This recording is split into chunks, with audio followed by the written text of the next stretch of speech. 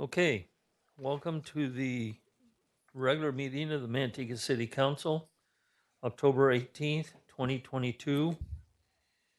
Roll call. Councilmembers Breitenbooker, Here. Nuno, Here. Singh, Vice Mayor Halford, Here. Mayor Cantu. Here. Invocation and flag salute. We have Cecily Balungai with Hope Ministries. Hello, I'd like to start with a prayer, please. Father God in heaven, Lord, we just praise you and thank you for these public servants here, Lord, who administer and oversee the work of the city. Lord, I pray that you give them wisdom as they do this in a fair and just manner for all the citizens of Manteca. I praise you and I thank you again, Lord. In Jesus' name I pray. Amen.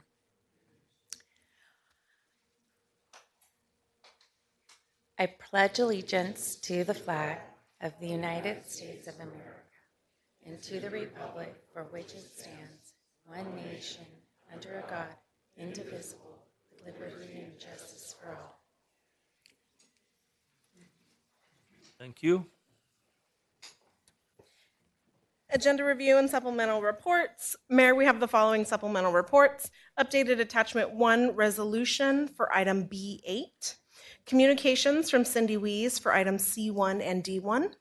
And updated attachment 9, exhibit A tentative map, subdivision map for item C1. Public comment. Mayor, at this time you may call for public comment for items not listed on the agenda via Zoom webinar or in person. Public comment can be made on Zoom webinar by using the raise your hand feature or pressing *9 on the line. Public comment is limited to 3 minutes per person. I do have a few cards if you would like to start with cards. Yes, let's start with the cards. Perfect. Our first card is Dennis Rath. In order they're received. You can read these over and over and over again, but it never works, right? Anyway, my name is Dennis Raff, and I've been here, and I thank you once again for the opportunity of speaking with you. On 2 previous occasions, I've appeared before this council and asked, not only begged, to them to reconsider the location of the Homeless Navigation Center. I do not feel that the council or the city administration contacted enough citizens of Manteca to make a decision to proceed with something or an issue such of importance or financial possible liability. We met with the city manager and her staff as well, and during that time, when I expressed my concerns, I was told that we are proceeding with this, Dennis? no matter what. Dennis? Sir? Can you move the microphone closer Oh, to I'm you? sorry. How's that? Yeah, because you're being recorded. We'll make Oh, sure okay. we don't miss How's anything. that? Wow, that is loud. Okay. Promises were also made to get the word out, but nothing since then has happened. Circulation within the Manteca Bulletin, Facebook, and Nextdoor are not adequate in reaching our community as to the intentions of what we're going to do with the unhoused in our city or with the center. Our readiness to take money from the government and developers, no matter what further establishes Manteca as a city of low-hanging fruit and easy pickings. Recent mismanagement of the city's existing 50-bed drop-in center should be a warning as to what can happen once we put the cart before the horse. And now we want to put ourselves in a position that could effectively put the city at risk of paying out thousands, if not millions of dollars, should something go wrong with this new venue. The recent death of a young man in a porta potty at a family city venue should be an eye-opener as to what disgusting failure of our nation, our state, and our county where the emergency of the homeless are concerned. The bulletin, 11 days after the incident of the young man's death, the young victim's death, I should say, and the police department answered a letter from me and stated that the people live on the street, so they die on the street. Is this the new norm that we're going to accept in the city of Manteca?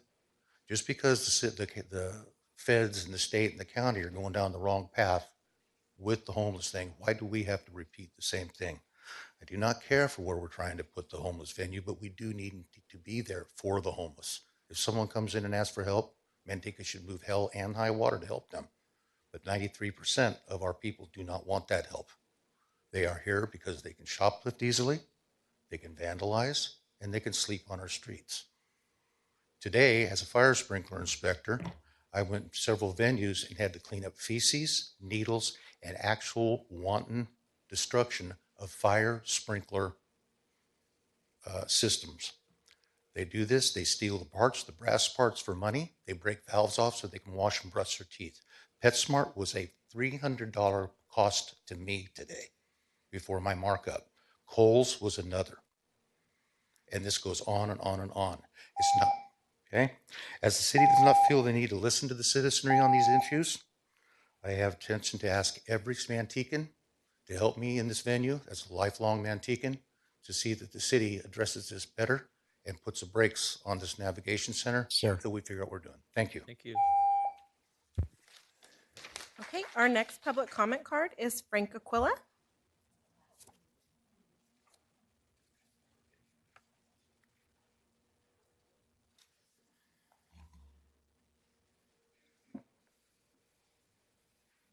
A code of ethics is a trust to the people that you use your position to be a servant of the people and not use your position to serve yourself.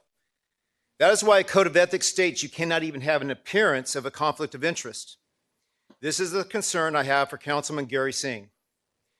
He was on both the Manteca City Council and the San Joaquin Council of Government, where he became aware that the environmental impact report was going through for the Austin Overpass project, signaling the project was advancing forward, and it appears that he used the insider information in 2019 to pass along this information to his father, Sukha Singh Marok, 760 Randall Way, who established Austin Investment Group on April 4th, 2019 to conceal the real identity of the investors and facilitate the purchase of 20081 South Austin Road for $2.94 million on June 28, 2019.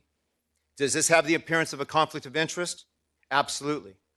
But Gary Singh continued. For the next 3 years, Gary Singh worked through the council, as reported in the Manteca Bulletin, to widen the overpass project and place ramps to his father's property, potentially increasing the value of that property from under $3 million to potentially $50 million, with the Manteca Bulletin reporting on April 5th, 2022. Quote, the city of Manteca will be covering the tab, so therefore the taxpayers will be paying for the value increase of Gary Singh's father's property. Does this appear to be a conflict of interest? Absolutely.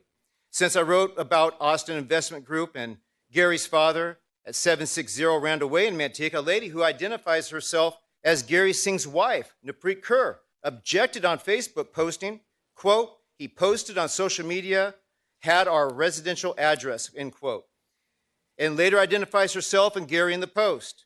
I had no public knowledge that 760 Randall Way address tied to Austin Investment Group through the Secretary of State's office was actually tied also to Gary Singh's residence. That means for 3.5 years, Gary Singh had been negotiating for a property that has financial benefits tied to the address where it appears Gary Singh resides. This is a conflict of interest. Mr. Mayor, I would like to submit to you evidence against Councilman Gary Singh, including the filing of the Secretary of State's office related to Austin Investment Group and 760 Randall Way, Gary Singh's residence. To the rest of the council, you now have an obligation to request an independent ethics investigation against Councilman Gary Singh to restore integrity to the council and trust to the people of Manteca.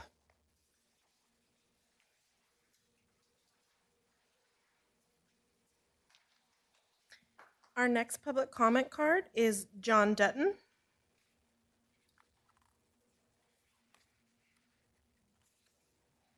John Dutton Sasser. Anyway, I'd like to address something here.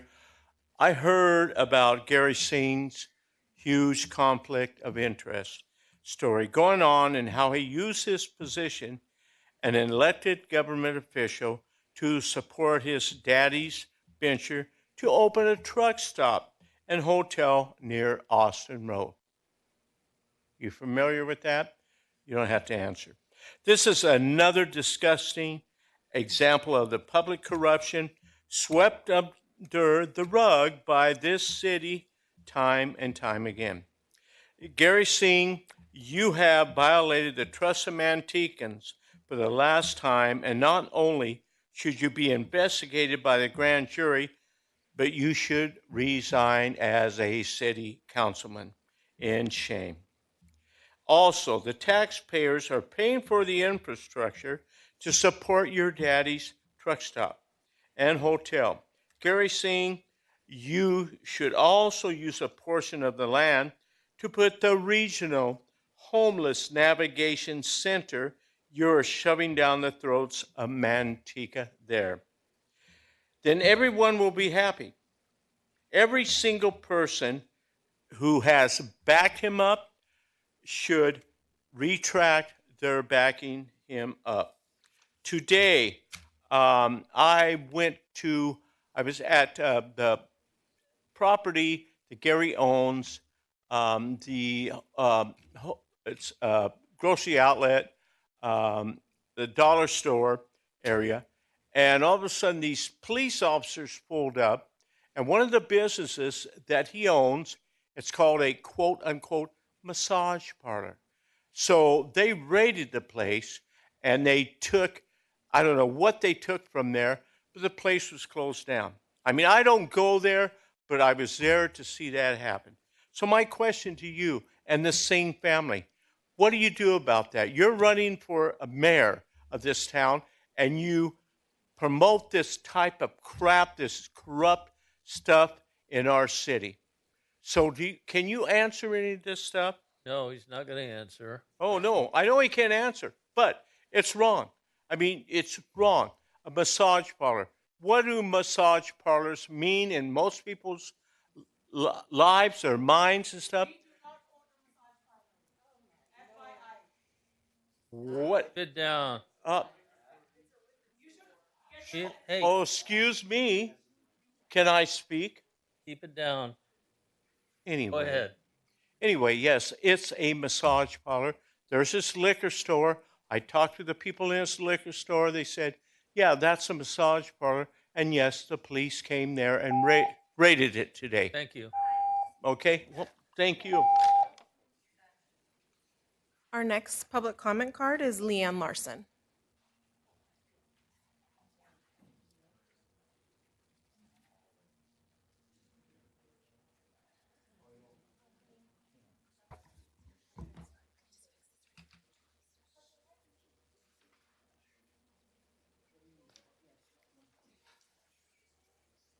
Whenever you're ready.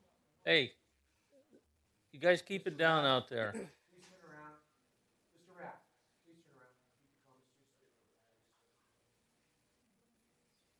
Go ahead, Leanne. Good evening. I am Leanne Larson.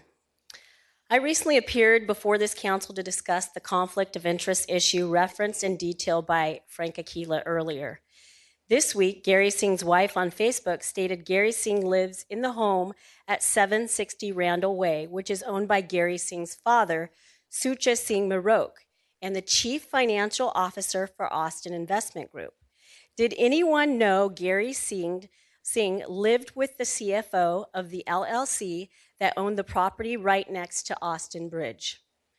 You know, the LLC that would greatly be enriched by the taxpayers footing the bill on the infrastructure improvements. There is no indication in Gary Singh's statement of economic interest that he has a business relationship with Sucha Singh Marok. Gary Singh receives a substantial benefit from that relationship. Gary Singh is employed by his parents' liquor store in Manteca, and thus they are not only his parents, but his employer. This raises significant issues of pay per play. Moreover, the city attorney, David Nafous, recently was interviewed by the Manteca Bulletin regarding the conflict of interest issue that may arise for me participating in discussions at the property at 682 South Main Street if I were elected mayor. His rationale for his view was that I lived across the street from the proposed project. However, city attorney David Nafous has applied a different standard for city council member Gary Singh and has never even once indicated there was a conflict of interest in Gary Singh's conduct related to his involvement with the Austin Bridge project. More disgusting is he thinks it is no big deal for Gary Singh to have been the loan applicant, the loan processor, and the underwriter while taxpayers serve as the bank. What is going on in this city's government? Also, Gary Singh has voted on issues related to commercial and residential property he and his family owns, all in the presence of every single one of you, and not one of you has raised an issue of conflict of interest. Shame on you all. Since raising the conflict conflict issue with this council, you have made no efforts to make the general public aware of the steps you have made to investigate this matter. Where is the transparency? Where is the press release from the city manager's office or the opinion letter released for publication for the Manteca Bulletin? This council has gotten itself in trouble with the grand jury already. And when citizens bring issues to you that fall within your jurisdiction to act upon, your failure to do so also makes you complicit. Perhaps others on this council are reaping the benefit from Gary Singh's conflict of interest. Many Mantecans are disgusted with Gary Singh's conduct, this council's failure to act, and City Attorney David Nafus's cover-up for Gary Singh. And are asking for a complete and thorough ethics investigation to be conducted by an outside firm, which I also believe you have an obligation to do. Public corruption in this city must come to an end, and you all must work to make that happen. Thank you. Our next public comment card is Autumn.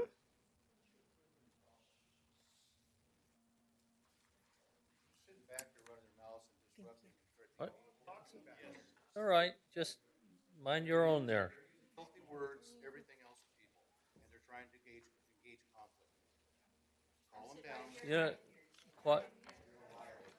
All right, I'm gonna recess this meeting and we'll ask some of you people to leave. Now just simmer down. Is it my turn? Go ahead. Okay. So on Friday, September 23rd, a Better World Rescue volunteer was told that there was a kitten that was 3 to 5 days old that had been brought into the shelter. Turns out later it was more like about 1 to 3 days old. But we were told that it had 60 minutes, it was 3 o'clock, or it would unfortunately be killed, in my opinion. But my husband asked me to say put down, so we'll say put down. So at that point, we had 1 hour to scramble. I told Better World Rescue that if they could find someone to keep him for the night, I would take him long-term foster. So one of the volunteers immediately began calling around for someone. Another volunteer went back to the shelter. She drove to Tracy to take the kitten there for the night, drove back. I went in the morning, picked up the kitten. And so the kitten has been staying with me. I've had sleepless nights. I've even missed work trying to make sure that the kitten stays awake, stays alive. Worry that in the 2 hours when I go back, he won't be alive, but he has been.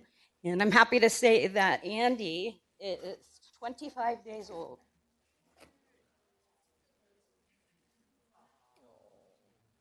So this is Andy. This is Andy that was given 60 minutes to live. And I am trying to pull at your heartstrings because it's the truth. And there are hundreds, if not thousands, of stories like Andy. You say hi?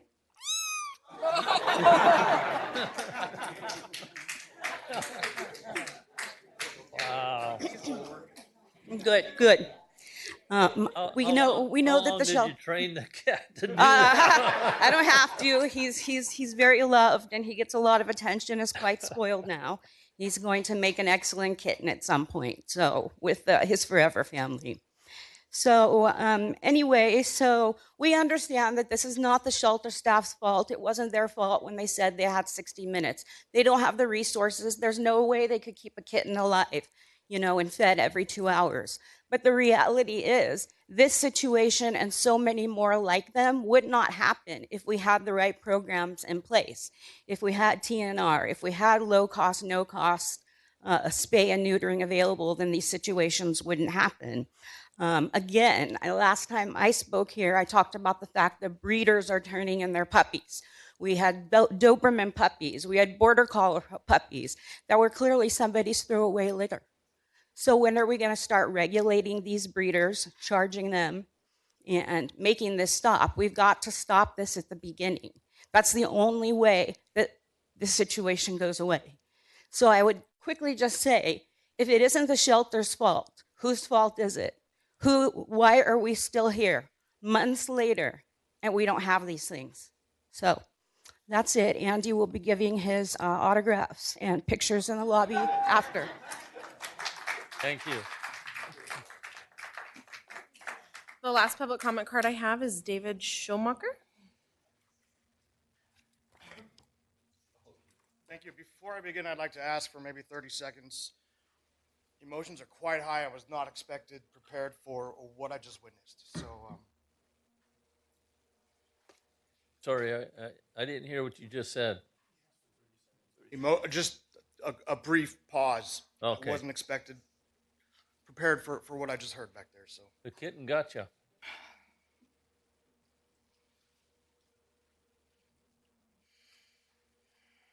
thank you. I'll start now.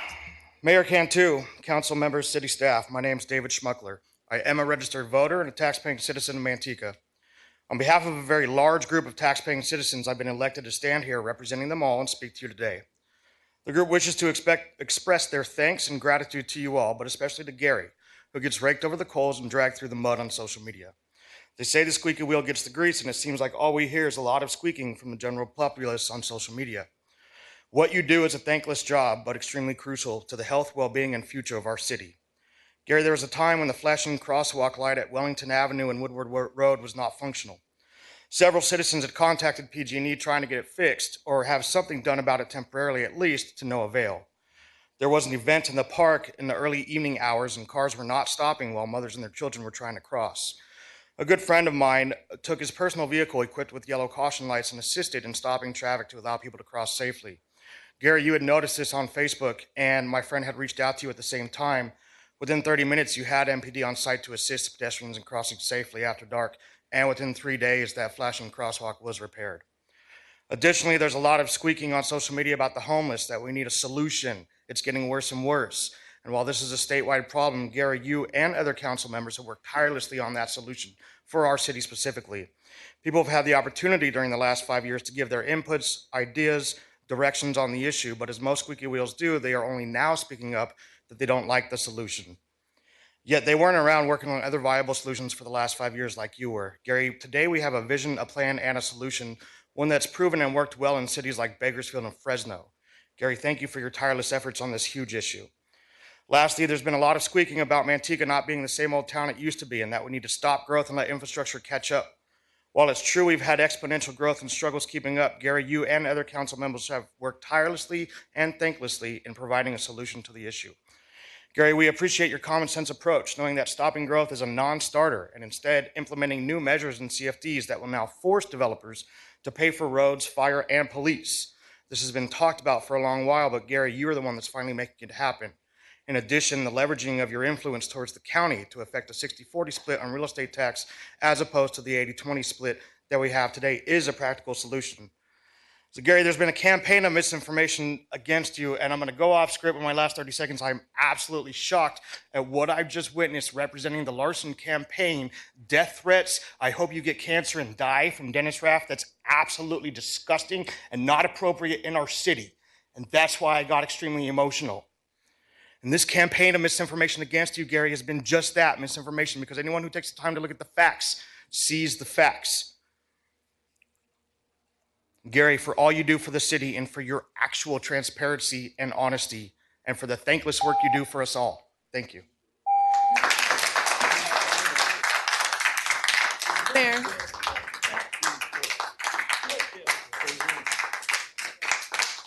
Hey, Dennis, I'm going to have you removed from the room.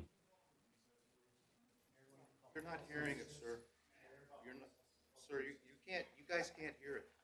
What's being doing back here? Recess for 5 minutes.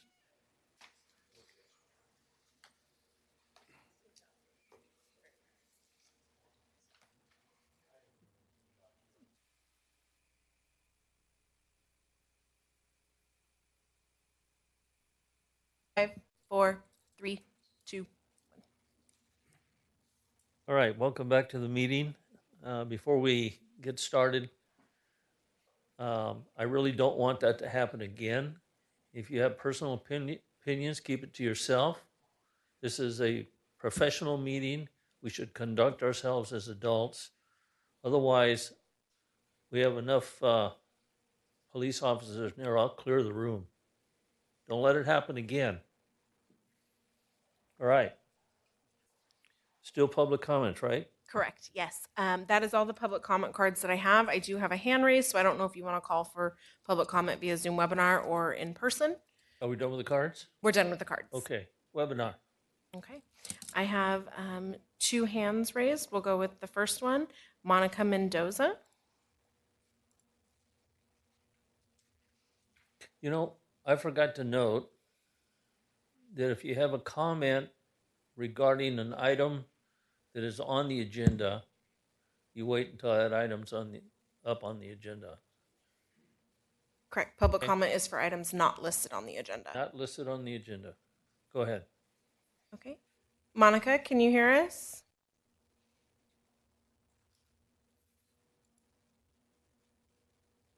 Okay, I'll move on. We have Mercedes Martinez. Hello. Is this Mercedes? Hello. Yes, this is Mercedes. Go ahead, we'll start your 3-minute timer. Am I okay? Thank you. Hello, everyone, and thank you for your time of letting me speak. I am Mercedes Martinez. I am a Better World Rescue volunteer. I'm here to just regurgitate again on owner surrenders for the Manteca Animal Shelter. There's no wait, same-day surrenders, no real forms to fill out. It's way too easy. Shelter should be able to turn owners Mercedes? away or schedule for a week or two out. Mercedes, this item is on the agenda, listed as item D1. Oh, it is? Yes. Okay, sorry, I didn't get to pull up the agenda. It wouldn't load. Okay, I That's will okay. wait then. Thank you. Okay, thank you. Okay, the last hand we have up, I'll try one more time, is Monica Mendoza.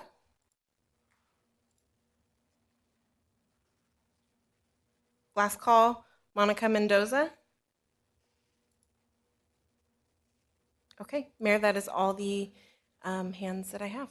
Okay. Oh, wait. What? Sorry. Monica, are you there? Yes, can you hear me now? Yes. Okay, we'll go ahead and start the 3-minute timer. My computer's smart.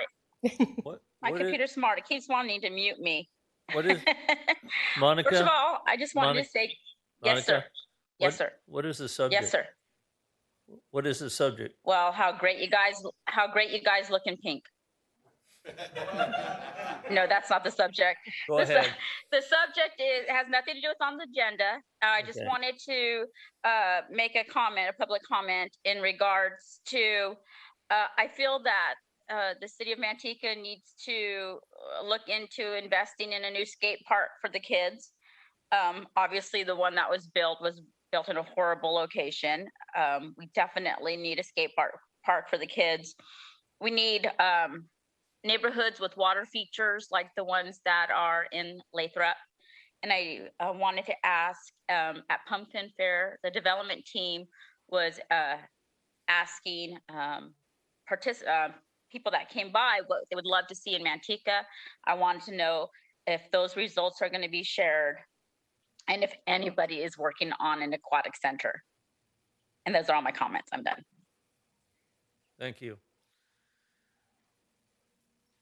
Anybody else? That is all the hands I have raised. Okay. Anybody in the audience wish to speak on a subject that's not on the agenda may do so now. Okay. Let's move on to the consent calendar. Gary, are you pulling anything? 7. Charlie? None. Jose? None. David? None. All right. Okay, I'm pulling B4 and B7 as well. So we need a motion and a second to approve B1 through B3, B5 through B6. We have a motion, I'll second. All those in favor say aye. Aye. Opposed? Motion passes 5-0. Item B4. B4, approve revised citywide rule 8.04. And we have Don Cortesi here to speak on the item. Mayor and Council, just to clarify that. Actually, Don, I don't need a report. I just want to highlight that on page 19, the line that's crossed out in red should include the word "that" crossed out, just for a better sentence structure. Thank you, Mayor. I'll make that typo. Okay. Thank you. Mayor, I just wanted to make sure that your all's motion to approve the consent calendar also included B8 and 9. 9? B8 and B9. We might need to clarify that for the record. Oh, I'm sorry, I didn't turn the page. All right, we need a motion and a second to include or approve B8 and B9 and Motion. B4. Motion to approve. Second. All those in favor? Aye. Aye. Opposed? Motion passes 5-0. B7.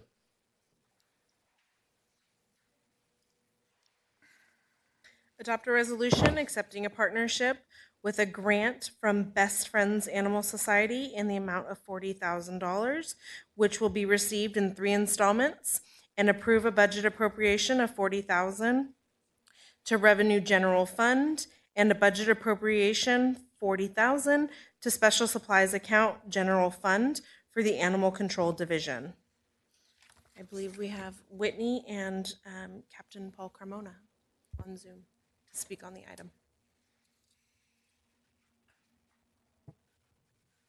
So my question, the reason I pulled this Go ahead, Gary. was, what is this 40,000 going to allow us to do, and what exactly are we going to use it for? So there's multiple options that we can use it. Come up to the microphone, please. Obviously, multiple options that we can use it for. Spay and neuter is most important, or if a TNR program is something that the city wants to adopt, that money can be used for that as well. It's kind of similar to what we had already just gotten a grant. I think it was for 5,000. Yeah. So this is just additional funding. Okay. Well, that's great to see, because obviously that's always the hiccup when we're dealing with spay and neutering, especially the vet bills. Yeah. And even a TNR program. So I'm glad that we're continuing looking for more grants. Okay, yeah, actually, that was my question as well, but I do have a couple of others. According to what I read here, this is a mentoring ship. Yes. Can you explain what that is? So Best Friends organization, and their ultimate goal is to lower euthanasia rates across the country. So it's a mentorship with them.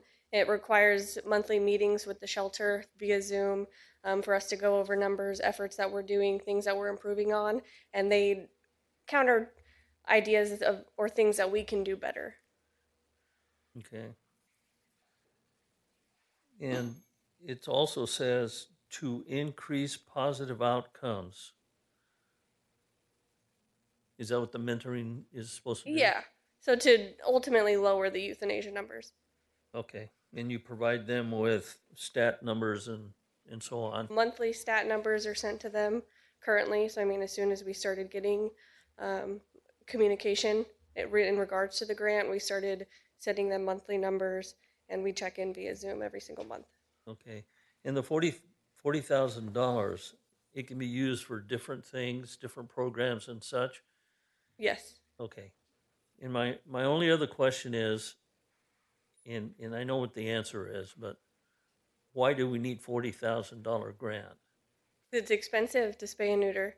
And TNR is not something we have in the city and not something that we've ever explored.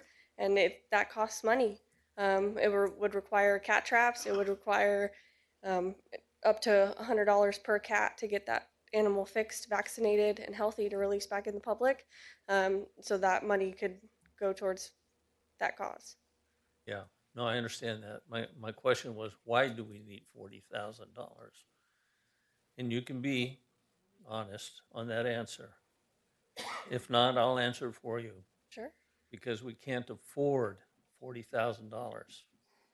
Okay, that too. Okay, thank you. I appreciate that. And that was my point, is that in order to provide a better service, level of service in this community, we don't have the money to do that. So we have to look for grants. If we didn't have a $40,000 grant, all those items that she just identified would not happen.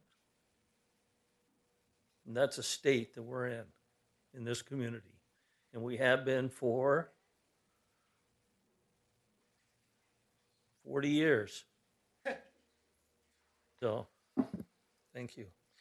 Okay, we need a motion and a second unless there's another question. Move to approve. Second. All those in favor say aye. Aye. Opposed? Motion passes 5-0. Okay. We are now into Public hearings, item public hearings number C1. 1. Adopt a resolution approving the Dutra annexation, IS/MND, and mitigation monitoring and reporting program. Adopt a resolution approving the annexation of 39.51 acres of land known as the Dutra Annexation Project area and authorize staff to apply for annexation to LAFCO. Waive the first reading by substitution of the title and introduce an ordinance of the City Council of the City of Manteca, State of California, amending the zoning map to approve pre-zone for the Dutra annexation project, and adopt resolution approving a tentative subdivision map for the 197-unit Dutra tentative subdivision map. And we have Leah here to present. Thank you, Mayor Cantu, Vice Mayor Halford, and council members. I'm Lisa Valakis, your planning manager. Tonight we are going to review the Dutra annexation and subdivision project. This project is a multi-pronged project. First, you're going to adopt hopefully a mitigated negative declaration. You will be reviewing an annexation for a larger 39.4 acre parcel area, a pre-zoning of that same area, and then a tentative map for a smaller portion of that overall area that is only 34.6 acres. You'll see we have our annexation map. The larger area encompasses 8 parcels. There are 5 that are in the non-development area, and then there are 3 that are in the development area, but all of them will be part of the annexation. We have our existing conditions. We have 3 lots in the development area that have 3 homes, outbuildings, various farm activity, livestock, and the 5 lots that are in the non-developable area have 6 homes with the same kind of ancillary structures, farming activity, etc. So this is an inhabited annexation, so there is a potential for a protest later, but there are residents living in this area. Part of an annexation process, when you have unincorporated land that is outside of the city and you want to bring it into the city limits, the government code section 65859 states that you have to pre-zone it. So we're giving all of these parcels a pre-zoning designation, and to keep it really easy, we're giving them all R1. So that will be consistent with the existing general plan designation of low density residential. In order to approve an annexation, sorry, didn't mean to click that. In order to approve an annexation, you have to make several findings.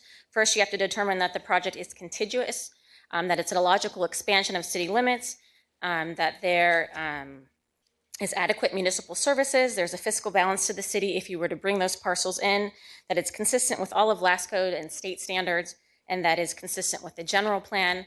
As you'll note in the staff report, this is a logical expansion. It's immediately south of our existing city limits. It connects to the Wackerly Basin, which was an annexation you approved a few years ago. It's also east of a recently approved Lumina annexation, so it's right contiguous to our city limits. It also creates a logical boundary. It'll round out that corner of Peach and Oleander, creating a nice square city boundary, which we don't have a lot of, so it's a great boundary for the city. As you'll note in the ISMND, the city is able to provide services to the new annexed areas.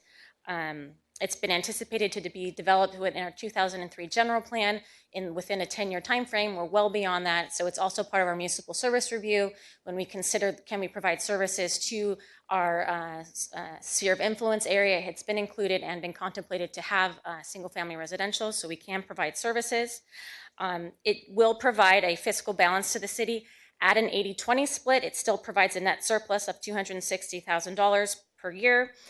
If we are able to negotiate a 60-40 split with the county, it'll actually provide a $345,000 net annual GP surplus. So it will provide a fiscal balance to the city. It is consistent with LAFCO and state regulations related to the Cortese-Knox Act, and it is consistent with our general plan policies. It meets the density. The density is 5.8 dwelling units per acre, which falls between the 2.0 and 8 dwelling units per acre of LDR. Single-family uses are a consistent use for LDR designation. And as you'll note in the staff report, the subdivision meets several policies related to design, infill development, and growth. The next component of this application is a tentative subdivision map, which will only cover a portion of the site, a large portion, 34 of the 39 acres. So there will be 197 new homes. There will be 2 existing homes that will be parceled off. You'll see that they are along Oleander. The improvements to be put in are roughly about $12.8 million, and those improvements include sewer extension, joint trenching, power pole relocation, park improvements, and in-track costs, which are like all of the streets inside the subdivision and outside along Oleander and Peach.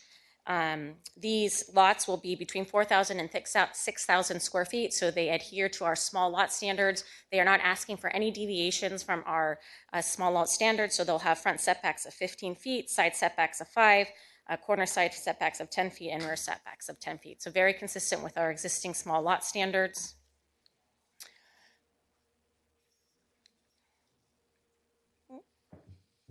If this wants to go.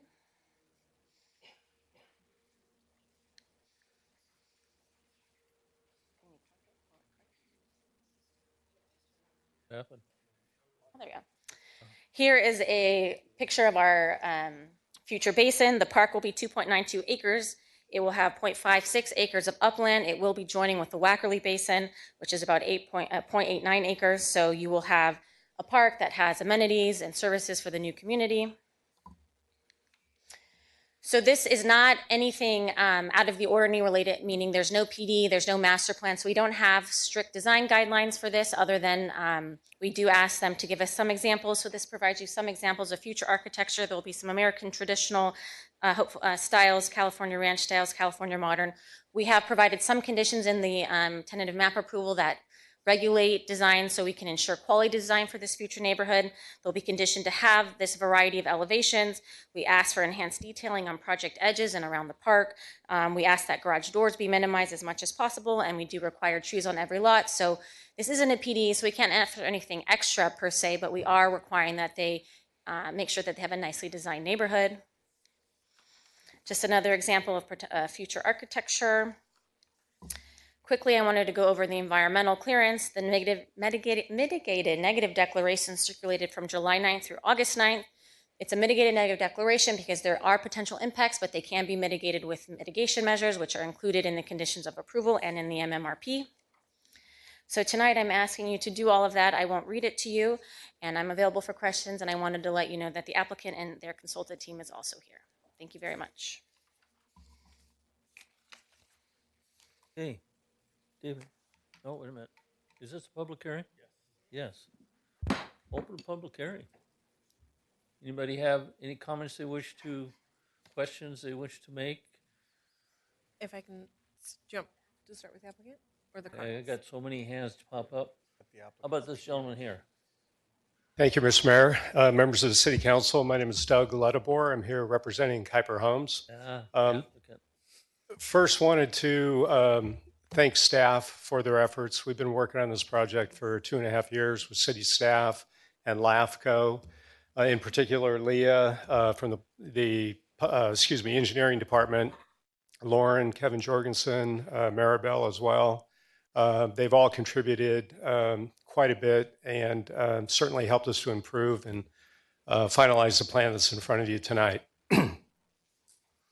As you may know, this is Kuiper Homes' third project in Manteca, or our third proposed project in Manteca. We're building the Freestone project on Woodward, just east of Airport. It's a 60-lot single-family home subdivision.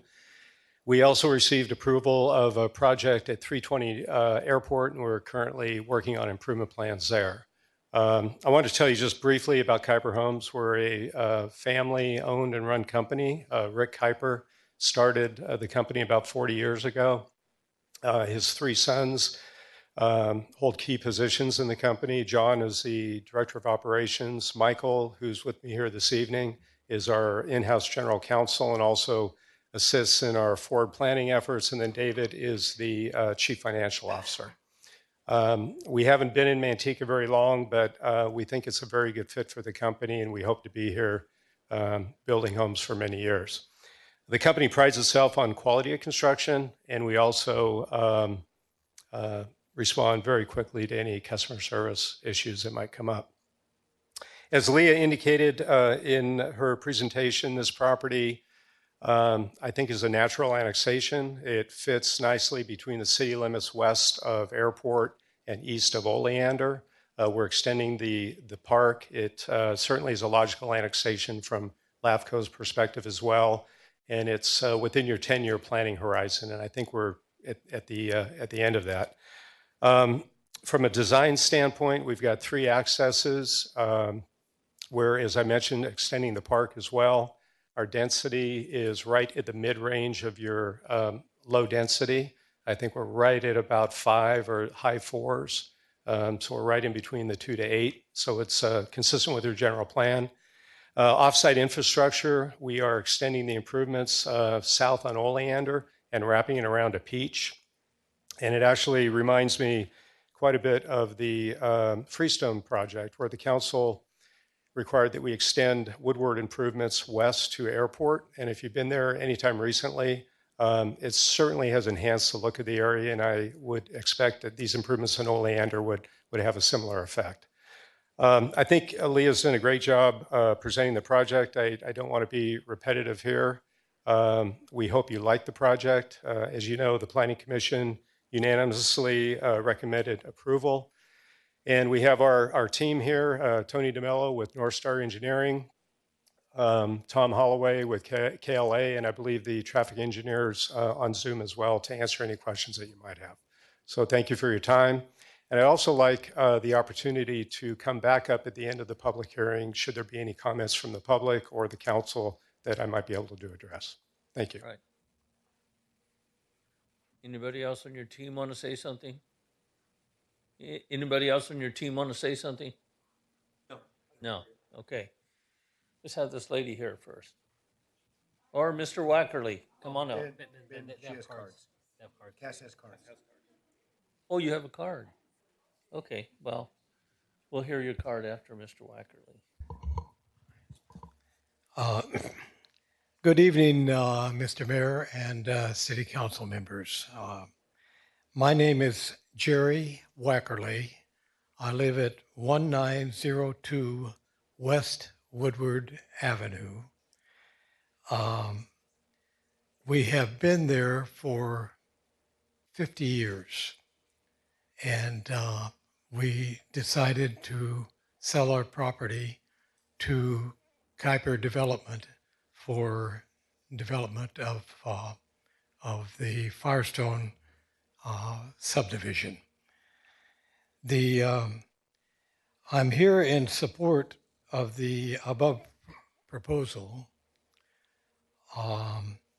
for the following reasons. The City of Manteca's general plan identifies the area as low-density residential, which is the same as this proposal. Kuiper is in the process of completing the Freestone subdivision, which borders our property. We sold our property to Kuiper for development and have had a positive relationship with Kuiper. Kuiper has built quality homes that enhance the community in Ripon, California, River Islands, California, and many other communities within California. Kuiper has been a pleasure to interact with throughout this process, including the subs that they hire. The people have been courteous and completely respectful of us. The owners of the property, the Dutra family, have always been supportive of orderly growth, and they have been my neighbors for 50 years, all the time that we've lived in Manteca. I thank you for your courtesy and consideration.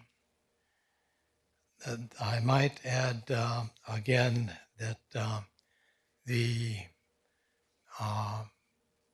people that they employ have all been courteous and quick to respond to any demands that we make on them. Thank you for your courtesy and consideration. Thank you. Cass? The one and only public comment card I have is for Cindy Wees.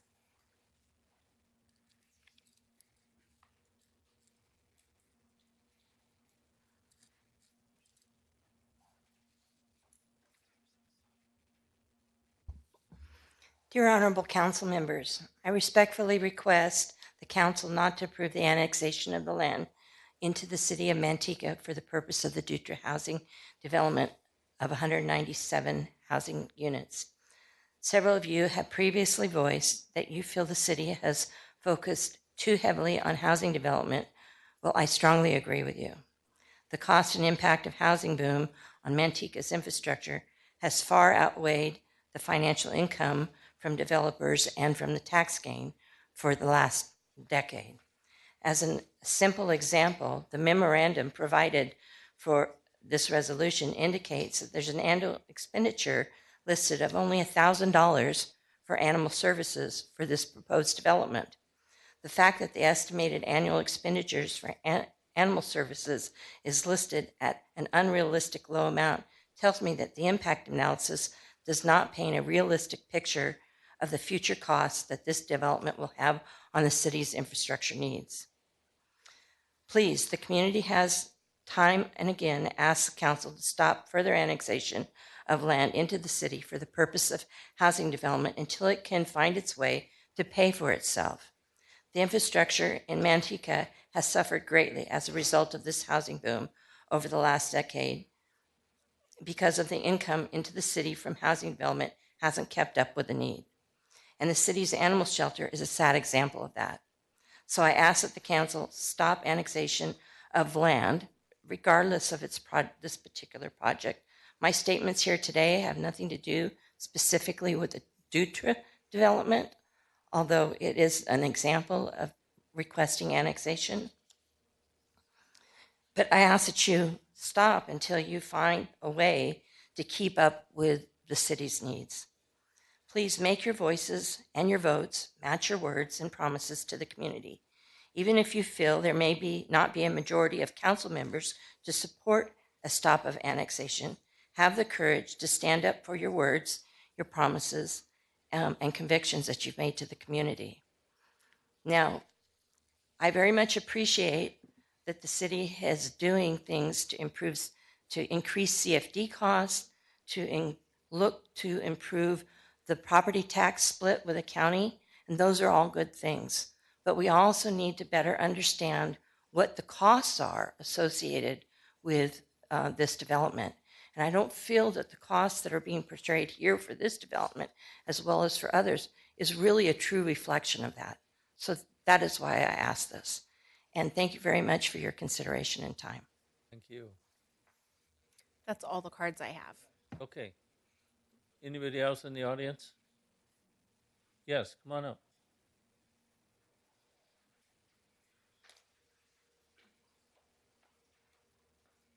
Hello. I'm Shirley Sadler, and my husband and I live on 5353 East Peach, which is on the northeast corner of Peach and Oleander. And you sent out a map, and it shows the yellow line going through our property, and I was just wondering how that is going to affect us, this building. Yellow line. I don't know if it was a sphere of influence or what it was, but it goes through our property.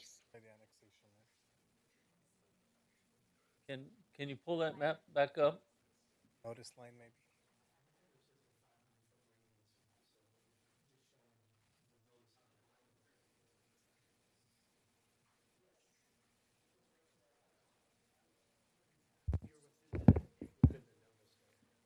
Mayor, would you like me to explain Yeah, what that map was? Good evening, Chris Rice, Development Director. The map she's referring to is basically the 500-foot radius map. Ma'am, So essentially what that is a 500-foot radius map, basically stating any property that falls within that radius then gets a notice. So it doesn't impact your property at all in any manner other than either you get a notice or you don't if you're inside that line. Oh, okay. So no impact. Well, we're not for the building, but you know, we've been here all our lives, and Manteca is just growing, growing, growing, and I think it needs to stop. Thank you. Anybody else? Come on up.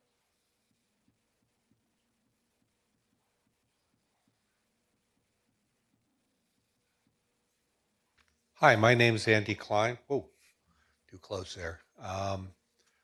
I wasn't going to speak on this topic. I actually came here for something else, but I want to second what the previous two ladies said.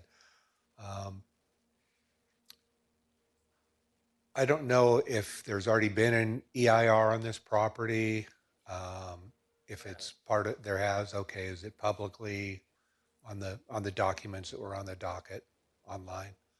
Okay, I'd like to look at that because I can't believe in a city that doesn't have a single grocery store on the other side of the freeway where all this development is taking place. There's one gas station at Maine. There's basically nothing but the center where Bass Pro Shop is in the way of improvements over there. And you just continue to put more houses over there.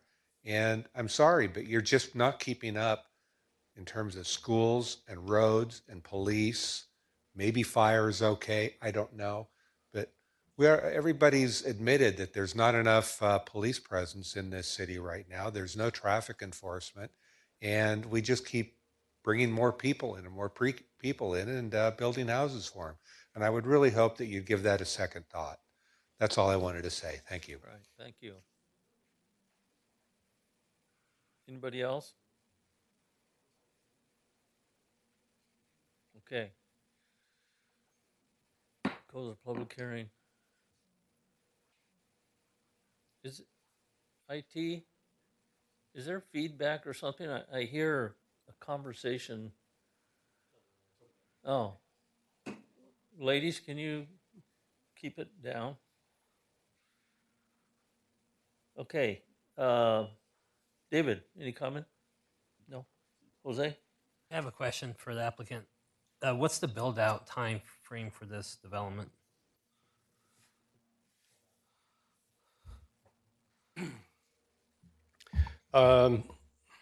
If we're successful in receiving approvals tonight, we will start improvement plans, which typically take 6 months or so to get approved. I would think that we would break ground about a year from now. And it just depends upon the market. You know, in a good market, we might build 50 houses a year. So it would be about a 4-year time frame after that, I think. And how many phases are we looking at this development? Pardon me? How many phases for the? We haven't laid out the construction phases, but we usually release about 10 houses, 8 to 10 houses per phase. So, but we really haven't started laying that out yet. Right. So in about a year, potentially start with the last home being a 5-year total time build out, 10-year build out? Correct. Okay. And then I have a question for staff. I know there was a mention about there are different neighbors around the area that have, there's been evidence that other neighbors have been contacted, or I know they mentioned like there's some so far. You mentioned there have been some contentious there. The applicants have met with the neighbors. They've gone door to door, talked with them, opened them, made themselves available for questions. Okay. All right. That's all for now. Thank you. Carly?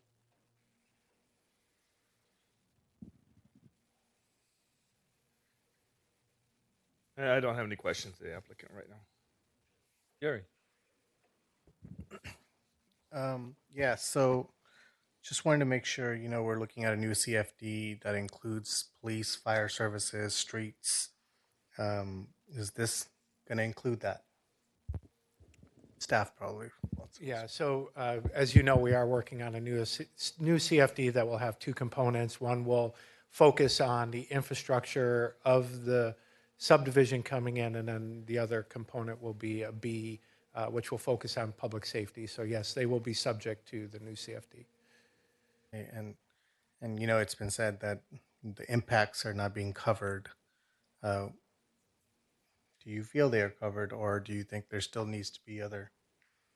No, I strongly believe that with the CFD, with the fees the applicant pays to build, I think the direction that council gave staff to ensure that development pays its way going forward is being met. So in addition to the new CFD and then existing fees, staff is working on updates to other fees to ensure there are no gaps between what they're providing and then what the city needs. So we've heard the council, and we're following through with that to ensure we are getting development to pay their fair share. And then that was also said, the city manager's office has been working strongly with the county to get a better tax split to ensure that the city is in better position in the long term.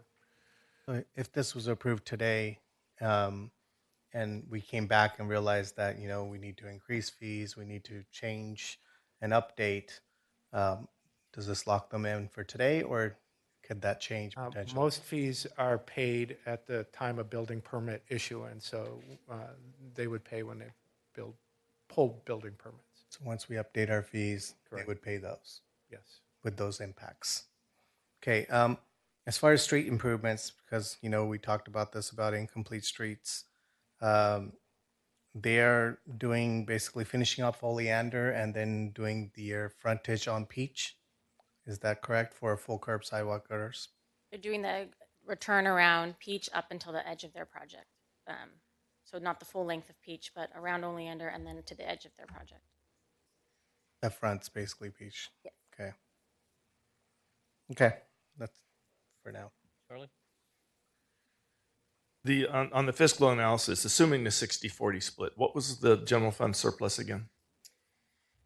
So under the 60-40, there will be a net new annual general revenue funds of $345,000 with a cost of $185,000 annually, so for a total of $160,000 per year. And that's without any CFD monies. Correct. No PFIP funds. That's just strictly general fund revenue. Correct. Okay, thank you. I have another question. For the basin, I know in past developments, I know with the North Star Engineering, they've mentioned about different components they've done. Is there anything specific about this retention basin? I know we've done like 100-year, 200-year, or in past projects. So is there anything specific for this basin? I'm going to defer to the engineering team for the flood info. Good evening, Tony DeMello, North Star Engineering. Nothing out of the standard. It's still the standard stormwater design storage. What we're trying to do is we have the existing basin at Wackerly, which mostly is almost purely treatment because it's got the two tiers in it. What we're going to do is we're going to expand that and be able to provide more like lowland area in the basin that could be for active recreation. So almost like combining the basins, trying to combine the treatment system, making it more efficient. With the size of the Wackerly Basin, it's kind of not inefficient, but it doesn't work as well, you know, because there's not a lot of play area. But with being able to expand that treatment, we'll be able to plant more of an area for active recreation. So it becomes more of a full park. And when we kind of planned the Wackerly site, we had the idea that we were going to expand this park the way we're doing it now. We're kind of happy that we're able to incorporate that.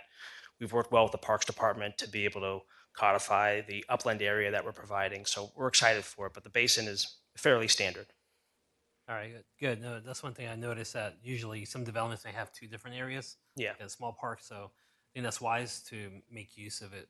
It will have, yeah, it'll have tiering so that the treatment area is the lowest part, and it'll have some sort of landscape features to help kind of delineate that, just not just the tiering, but then we'll have, you know, the play area that's typical you see in most parks. Okay. No, thank you. That's all there. Go ahead. One more question on the Peach side. Are they only updating their side, or are they doing full street? So they're proposing right now to only do their side of the street, but that will come before the council if you wish to have them complete the full street. It is given to the council later for vote.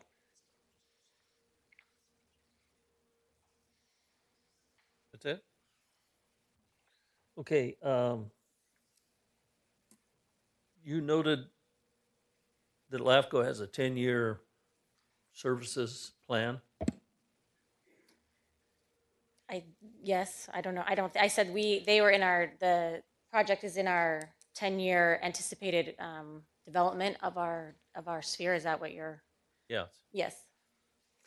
Okay. This is anticipated, so it's not in the urban reserve. So of our general plan land use map, this is not in the urban reserve. When it's not in the urban reserve, it's anticipated that within 10 years of the life of that general plan, it would be annexed and developed. So the general plan was passed in 2003. It's now 2020, almost 23. So we're outside of that window. So annexation should be anticipated. Okay. Do you happen to know what our 3.9% limit is per year?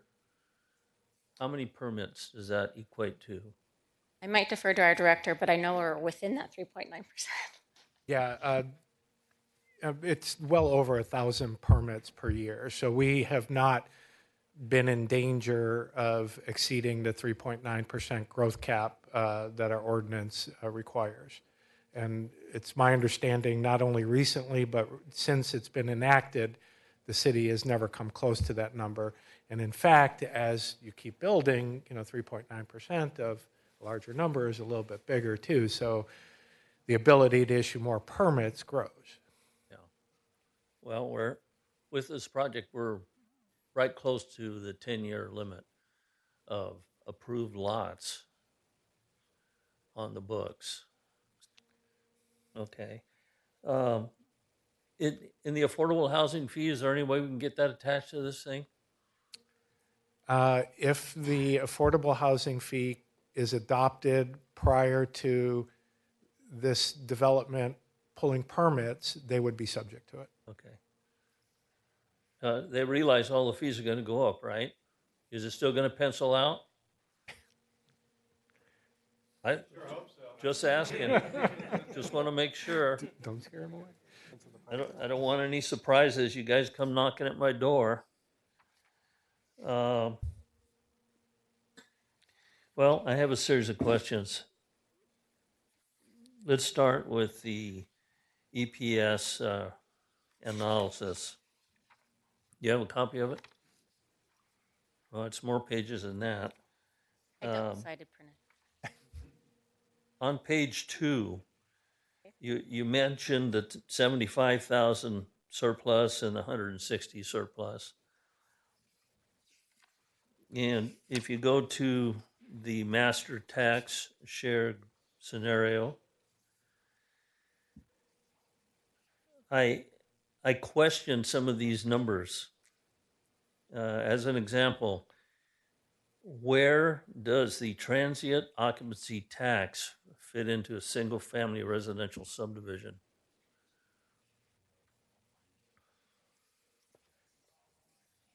Jamie Gomez from EPS is on the line. Jamie, do you want to be able to answer that question?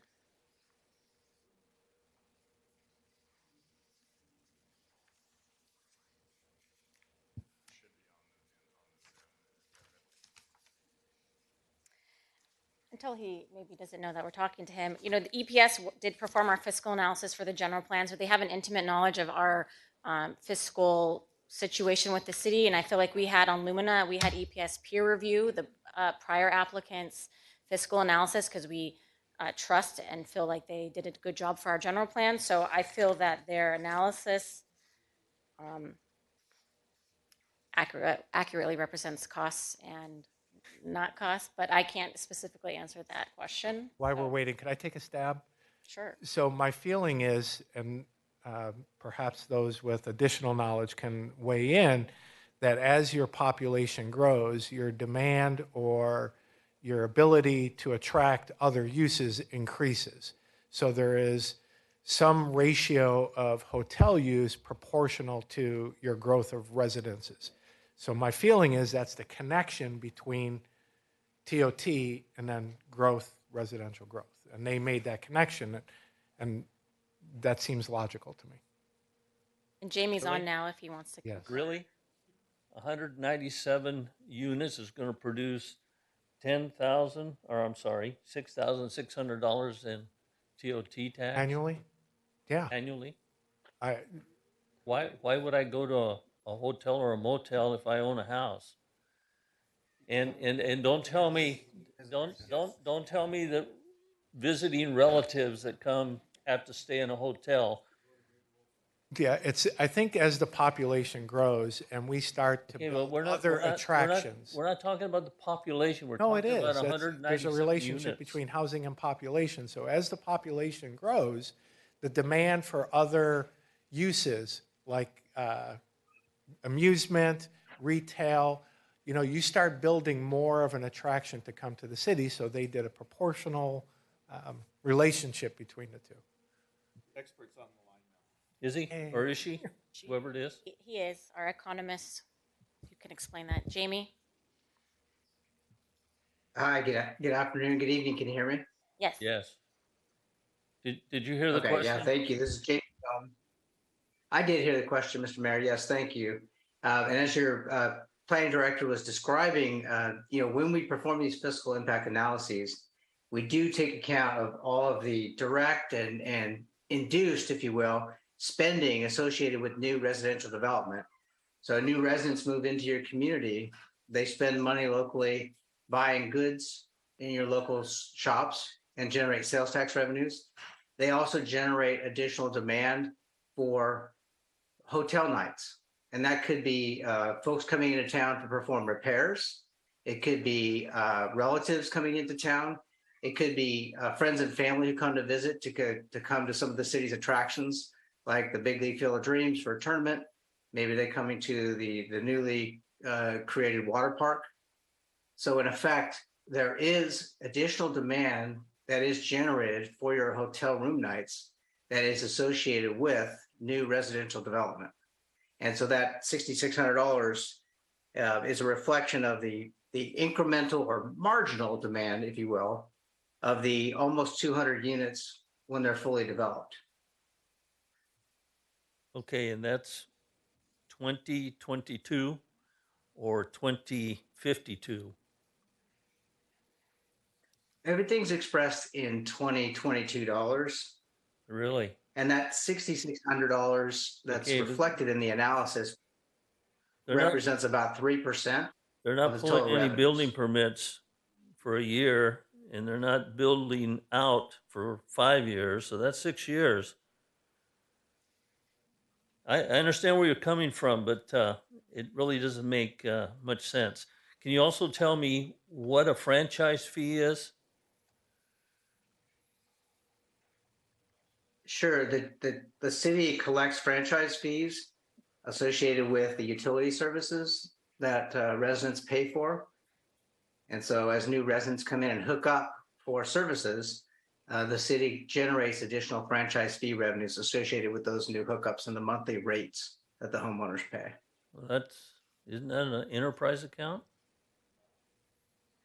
And what's it? Okay, that still doesn't make sense. You pay for a water permit. What franchise fees attached to it? PG&E, Comcast. No, it's for your Cellular utility phone. service We're providers talking like about general telephone, fund here. cable, internet, Cable, internet, Verizon. and those revenues go into the city's general fund. Okay. Okay. And under the annual general fund expenditures, Public Works Administration is only $100. And Economic and Community Development is only $200. They seem kind of low.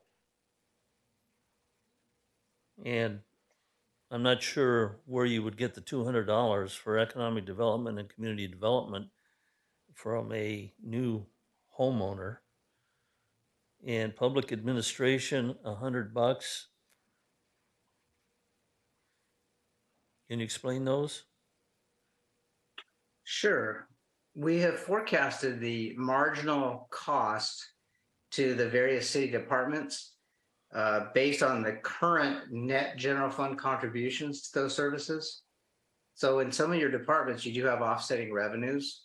When somebody pays permit fees, they pay for improvement plan check fees. That offsets a lot of the costs associated with new development. So they ask your engineering department to review improvement plans. They have to pay a fee that pays for the department's cost of reviewing those improvement plans. So the general fund contributes some dollars to those functions, but there are also offsetting revenues. And when we look at adding approximately 588 residents, just under 600 residents associated with this project, you're adding 600 residents to a city that has a service population of 90 to 95,000 people. So the marginal cost of those departments is relatively low because you still have one public works director. You still might have two senior civil engineers, so that the staffing doesn't go up just because you add 200 homes and 600 people. So this reflects sort of the marginal cost associated with those 200 new houses. Okay, 197 homes are going to go to community development. For what reason? In 10 years. Pool permits, For HVAC permits, water heater. It happens. Water heaters last 20 years. Well, it just. I understand where you're going. Sheds, patio covers, electrical. I understand where you're going, but I'm sorry. The economics here don't make sense for 197 units and it generates $100 a year for Public Works Administration and $200 for your department a year.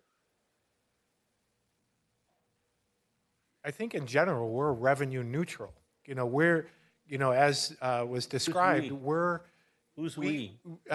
Development services and engineering to a certain extent, so the two departments dependent on development. So the permit fees pay for all the work associated with a building permit, the inspection, the processing of the permit. As mentioned, development pays for application fees that pay for all our time. So our department, Development Services, does not touch the general fund.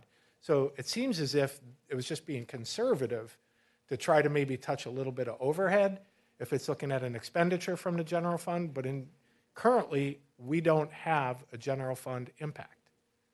That was the point of my question. Why would we have $200 for your department when you're not part of the general fund? Touche. Being conservative, buddy. And then we go down to police protection and fire protection. Police, 97,600. Fire protection, 47,700. Why such a high number for 197 units?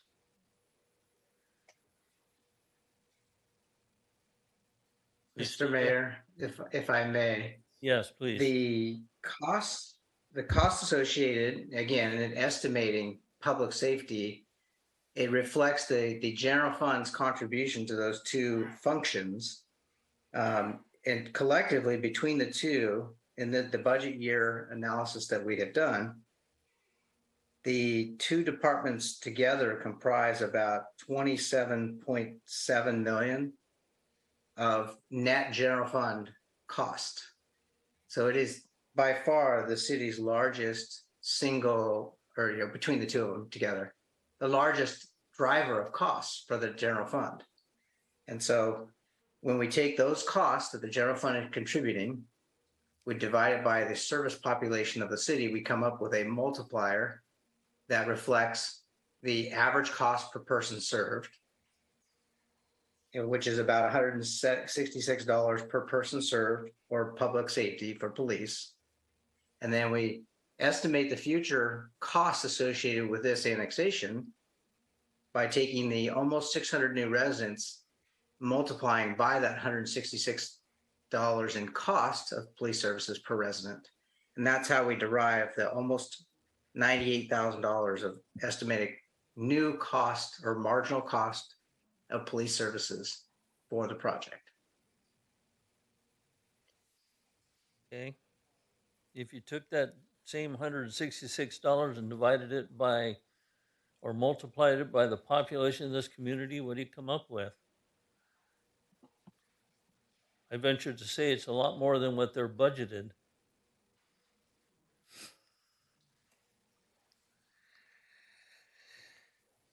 And then transportation streets, $2,600. What is that? The city does have a general fund contribution to streets. In the fiscal year analysis that we looked at, it was about 475,000, where the general fund contributed to street maintenance or street improvements. And so we accounted for this assumes the city would continue to make that same contribution from the general fund into the transportation. And thus, to be conservative, we wanted to count it as a cost that may be, incurred by the city in the future. And this subdivision should account for its proportional share of those future costs. Okay. So what you're saying is they're paying $2,600 for the streets in the community, not their subdivision. Yeah, that's right. We're reflecting that, correct. And then my other question is the total at the bottom, net general fund surplus deficit. So this is a surplus of $75,800, correct? That is correct. Again, assuming that the annexation went through LAFCO under the master tax sharing agreement with an 80 county, 20 city split. And this is, I do want to note, as your staff mentioned earlier, this is not inclusive of the annual CFD special tax that you would ask these residents to pay for public safety, which would augment that estimated surplus. Okay. Well, it just 75,000 just seems pretty low in the way of public services to 197 units. On page 6, it says, and I'll read it, it says, the analysis also excludes publicly administered service and maintenance costs such as landscaping, lighting, drainage, or roadway that are anticipated to be funded through other funding mechanisms. Can you explain to me what the other mechanisms are? Are you indicating other than general fund? That is correct, Mr. Mayor. As we understand it, the city, in addition to the public safety CFD, we understand that staff requires new development to annex into a maintenance CFD that funds for the maintenance of those landscaping areas that are associated with the project. Does that so that the general fund does not have to contribute to that. Does that pay for the street lights? Yes, sir. Okay. Okay, and then it goes on to say, the analysis also does not address activities budgeted in other city government funds or proprietary funds, nor does it include an evaluation of capital facilities or funding of capital facilities. So it doesn't include monies for downtown or the library or a new city hall or anything like that. Correct. The city has impact fees that it charges, and those impact fees are intended to reflect new development's proportionate share of their costs for city facilities like water and sewer and storm drainage, as well as public safety facilities, a library, city hall, etc. Okay, but In addition, the water, enterprise funds is what we water mean and by sewer, proprietary funds. yeah, water and sewer enterprise funds. But correct. So that's also reflected in that statement that you just read to us.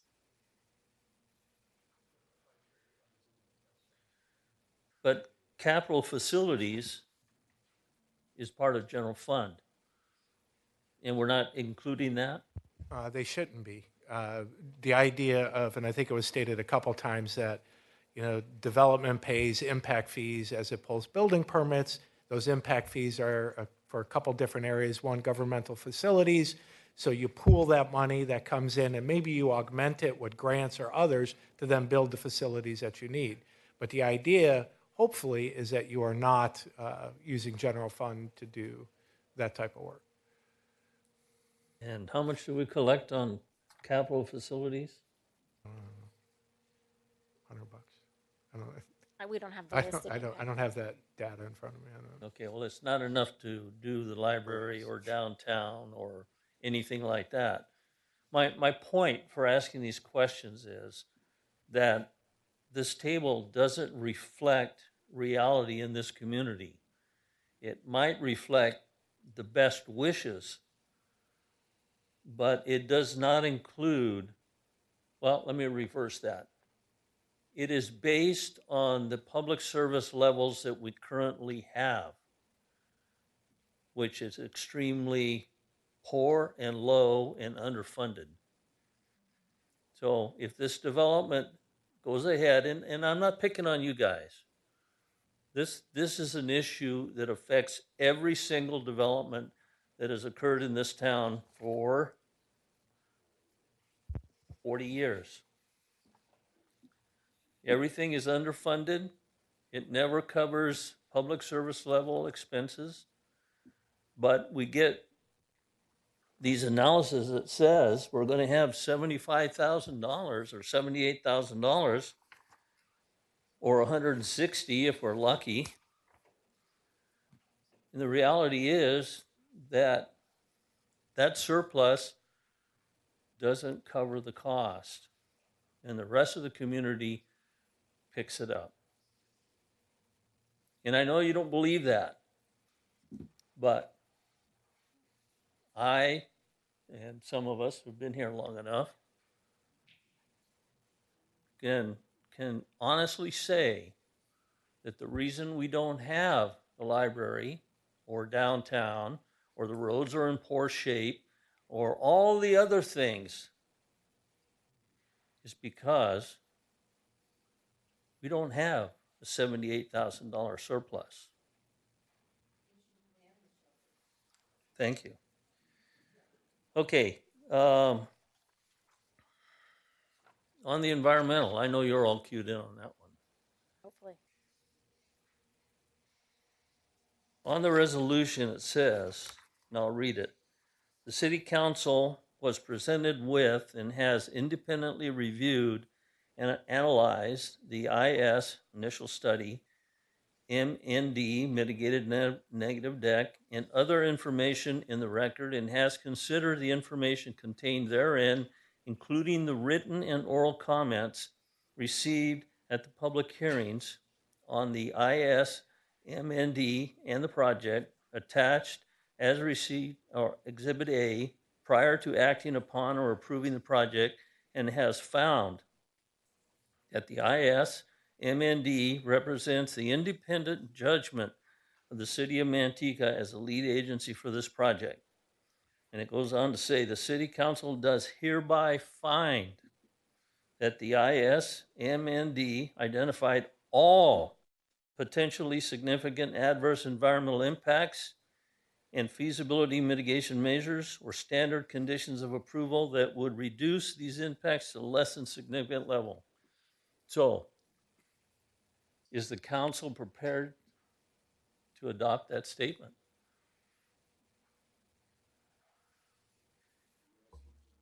No. It's a rhetorical question. I'm not. because you're essentially asking us to verify that all of that's been taken care of. I haven't seen the mitigated neg deck.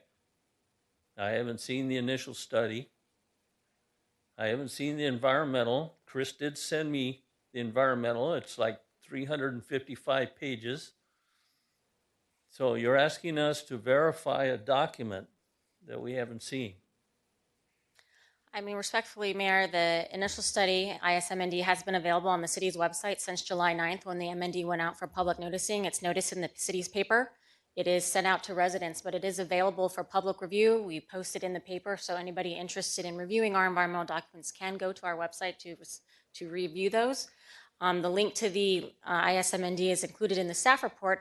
I wouldn't expect you to read that in the 3 days between when the agenda is posted and when this comes to hearing, but I guess I would assume the council is aware of what's on the website, what's coming up, and what we post, and hope that at some point since July, that document's been perused and reviewed by the council. I bet you if you ask them, they haven't. They're not under oath. They could tell me they have. I don't know. I know that you've met the process. Right. I understand that. But you're asking us under oath here in some form or another to verify all of that. Sight unseen. Sight unseen. We've provided the comments, so part of that statement is that you have the comments. They were attached. The mitigation monitoring reporting program was attached. I mean, we have done our best to provide the information necessary for you to make an independent judgment on this. And I understand that. You guys have done your best. I understand that. Mayor, I would also add, this item was presented to Planning Commission with really the same request, different resolution. It was obviously geared toward Planning Commission. So you did have other groups with the potential to read it. So it seems like we understand the mayor's position. Perhaps, the mayor, well, not perhaps, the mayor is free to vote in the manner he feels best for the city. Perhaps it's time to ask for the motion. Yeah, I understand what you're saying, Chris. And you're more likely it'll get approved, and I'll be the only one that doesn't accept it because I'm not going to put my stamp on something I haven't seen. And that's not to disperse you guys. None taken. Okay. Attachment number 2. Mayor, can I ask a question? Sure. Just for staff, for Chris. And I know information, I'll just put it out there, and information may be available since July, but regardless, having a full package for council, it's absolute, regardless. But I do want to say, you're talking about Planning Commission. So what information was provided there at that level that they decided to move forward with it? Nobody had that concern? Just to make us feel more assured, Yeah, essentially, these environmental documents, when combined with our conditions of approval, create a laundry list of items that development has to satisfy before they build.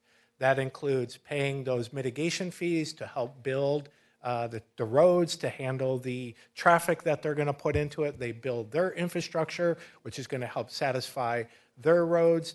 They are going to pay biology mitigation fees. You approved in your consent calendar a change in those biology fees that they pay into to help offset the cost of biology resources.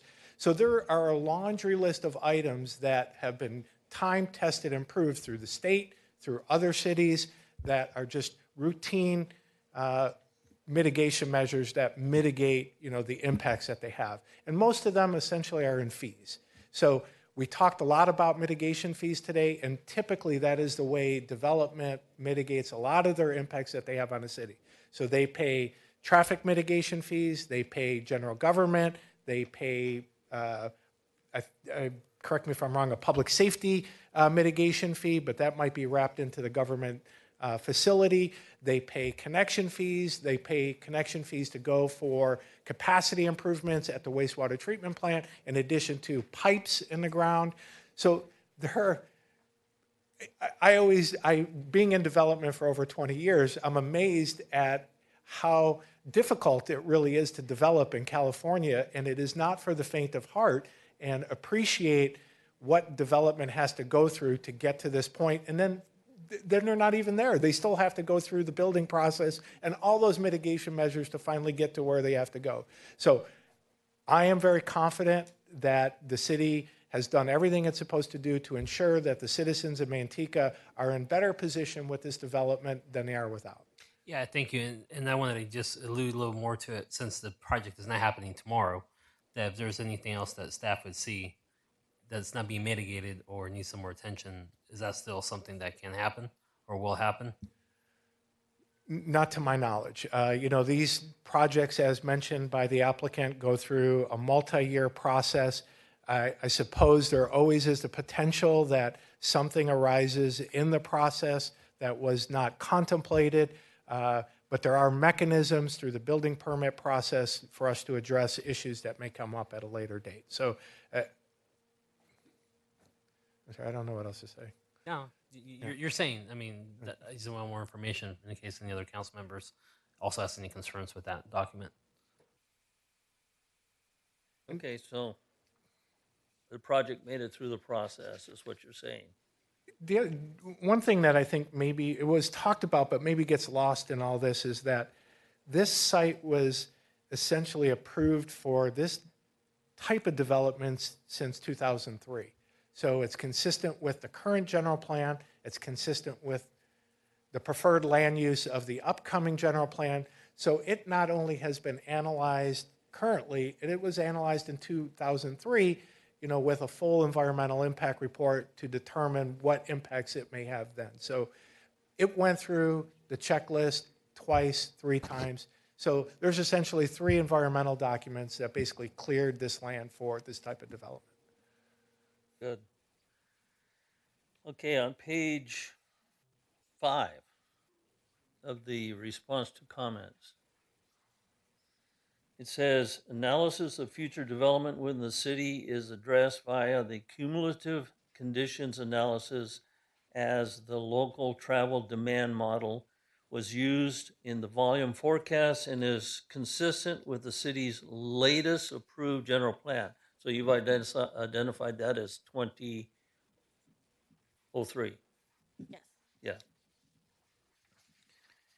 And then response A4, the TA, what is the TA? Traffic analysis. The traffic analysis needs to include, and this is from Caltrans, needs to include the following study intersections: Airport Way and Daniel Street and Airport Way and Atherton Drive. So is that indicating that they were not part of the study? I missed the last part of your question. I'm sorry. Is that indicating that they were not part of the traffic analysis for that project?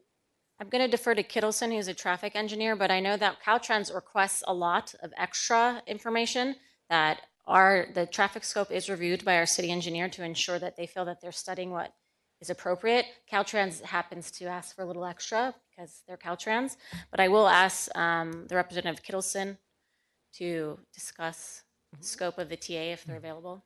Well, while we're waiting for that response of the on Zoom, in general, it's been my experience that Caltrans will, whether we include it or not, are going to require intersection analysis on intersections that are close to the freeway and close to roads that are state highways. So they may not have seen, or they may have seen it, but they just want to make sure that it is included in the analysis. So I have no doubt that staff in that report would include that, but I don't recall off the top of my head. Okay.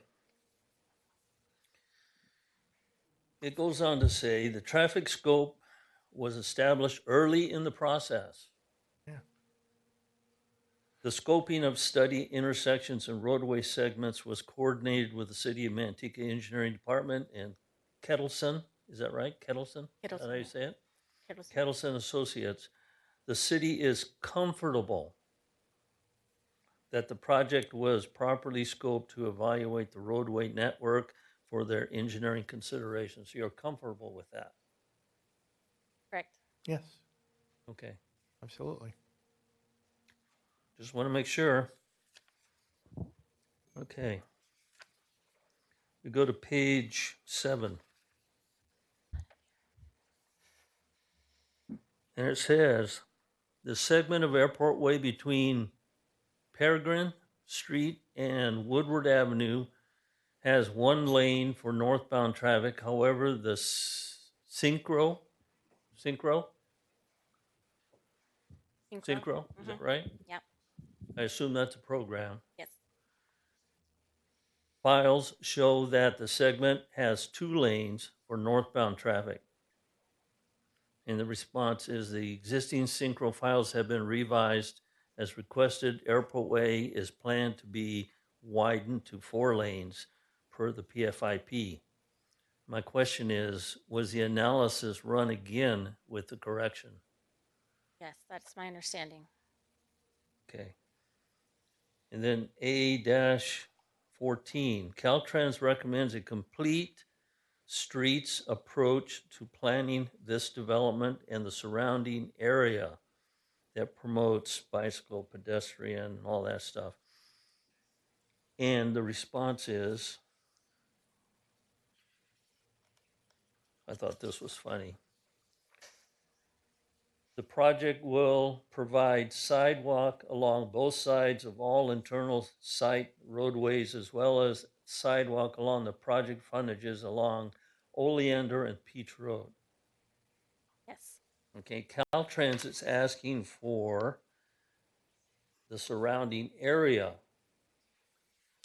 And the response is that there's going to be sidewalks in the internal streets. Right, so there is a nexus of improvements that we can require the developer to do. They are going to ensure that the streets that they are putting in have adequate sidewalk, are appropriate for bicycle travel if needed per our bicycle plan. And the streets on Oleander and Peach would be striped accordingly. As this project is at the edge of the city limit, there are some limitations related to doing improvements in the county. That's not always possible when the land's not in the city, but again, it's Caltrans. I'm sure would like to see a lot of things done, but there is a certain nexus that the city can require, and we feel they've met that with the streets internally to the site, and then those improvements on Peach and Oleander. Why do you refer it to Caltrans? Why do I refer to Caltrans? Why do you refer the project to Caltrans if you feel that way about their comments? Because I think they have valuable comments. I just think that sometimes, as with a larger agency, they would like to see larger improvements done. But as a city, we would defer to our city engineer and what is a realistic request of each development. Caltrans doesn't know the intricacies of Manteca or this particular neighborhood. They are looking at it from a global perspective, and sometimes their view is too large, and we use our city engineer to kind of focus that view and ensure that we are meeting the appropriate legal nexus when we ask for certain improvements. So, and Mayor, I'm sure you recall, when you deliver a environmental document to the clearinghouse, there are certain state agencies that are required to receive that. And so Caltrans is certainly one of those. And that's not to discount, the reasons Leah had suggested, but they are required reviewing state agency for environmental documents. Okay. My point for asking the question is, they provide valid comments. Absolutely. And it appears to me that they're not considered to be that valuable.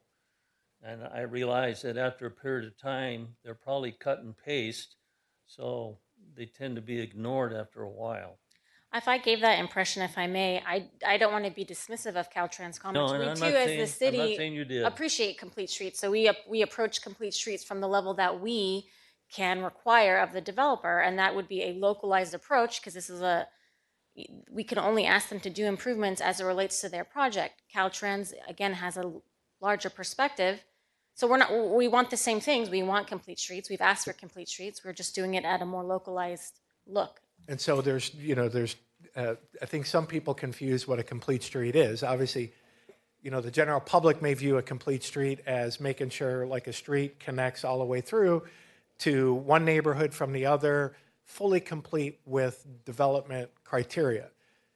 The Caltrans definition of complete streets, which they're referring to, is, and I think someone mentioned it earlier, it has to be available for all modes of traffic. So that's bike lane, that's vehicle, that's pedestrian. And our PFIP requires any street that the developer is going to put in to be consistent with the PFIP that requires sidewalks, requires bike lanes, and then requires obviously streets. So any street that is put in the city of Manteca is a complete street based on conformance with the PFIP. So we are adhering to the Caltrans comment, which is a standard comment. I think they used to have one that made sure if you had development near them that you don't drain onto the highway, even though the hill went the other way. So, they do have general comments that they will put out, just to cover their bases. Okay. Can you describe what the LOS rating is? What it means What LOS means? Level of service. when it comes to traffic in circulation? Go ahead. So there's essentially A, B, C, D, F, and the level A is obviously very little to no traffic, no delay, and the more delay you have on a road, you come down to B, C, D, is there any? E, and F. So F is a failing roadway. Our standard is D. So D, but I think E in certain areas. So level of service is a city requirement, and it is good for us to measure the delay on the streets with it, but is not a CEQA measurement. CEQA only goes by VMT at this point, vehicle miles traveled. Okay. Under the initial study, page 96, it says, strive to balance levels of service in all modes, vehicle, transit, bicycle, pedestrian, to maintain a high level of access and mobility while developing a safe, complete, and efficient circulation system. The impact of new development and land use proposals on VMT, LOS, and accessibility of all modes should be considered in the review process, and you do that. Yes. Yes. Next, to the extent feasible, strive for a vehicular LOS of D or better during weekday AM and PM peak hours. Okay, then it goes on to see the next section. It says, at the discretion of the city council or planning commission, certain locations may be allowed to fall below the city's LOS standard as established above. So our standard is D. And D is what? D is Better Four. than E and F. It is, there's flow with, and I don't recall the amount of delay, but there is more delay, obviously, with D. In a word, it's poor. Yeah.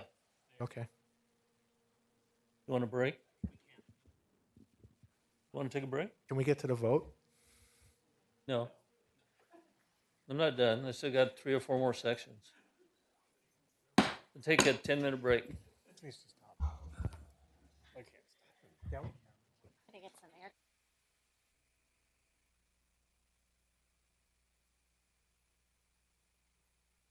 Go ahead and begin in 5, 4, 3, 2, 1. All right, welcome back. I've been browbeaten into submission, and I know you ladies are waiting for the animal shelter, so I'm going to cut it short. But before I do, I have 5 more pages.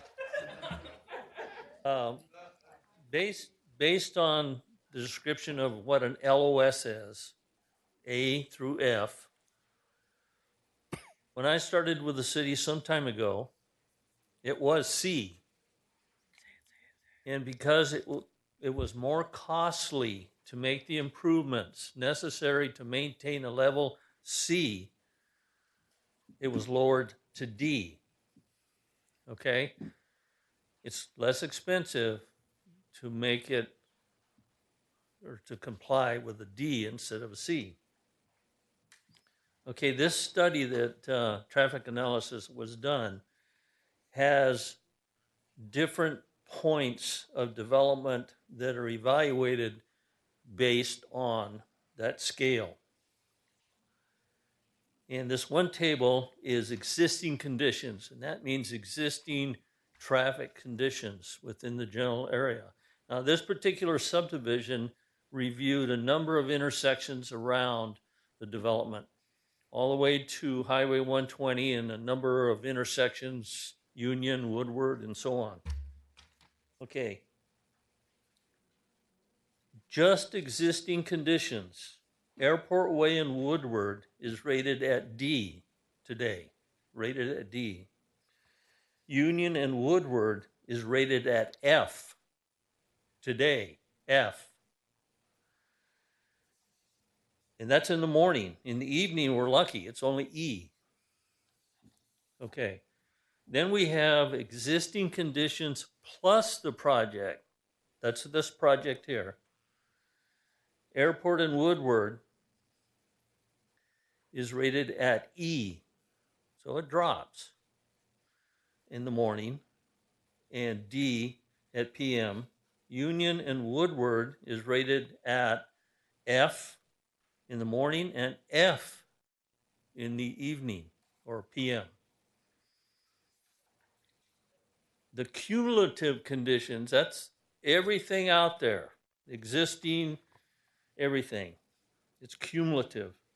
Airport Way and SR 120 westbound ramps is rated at F, morning and PM.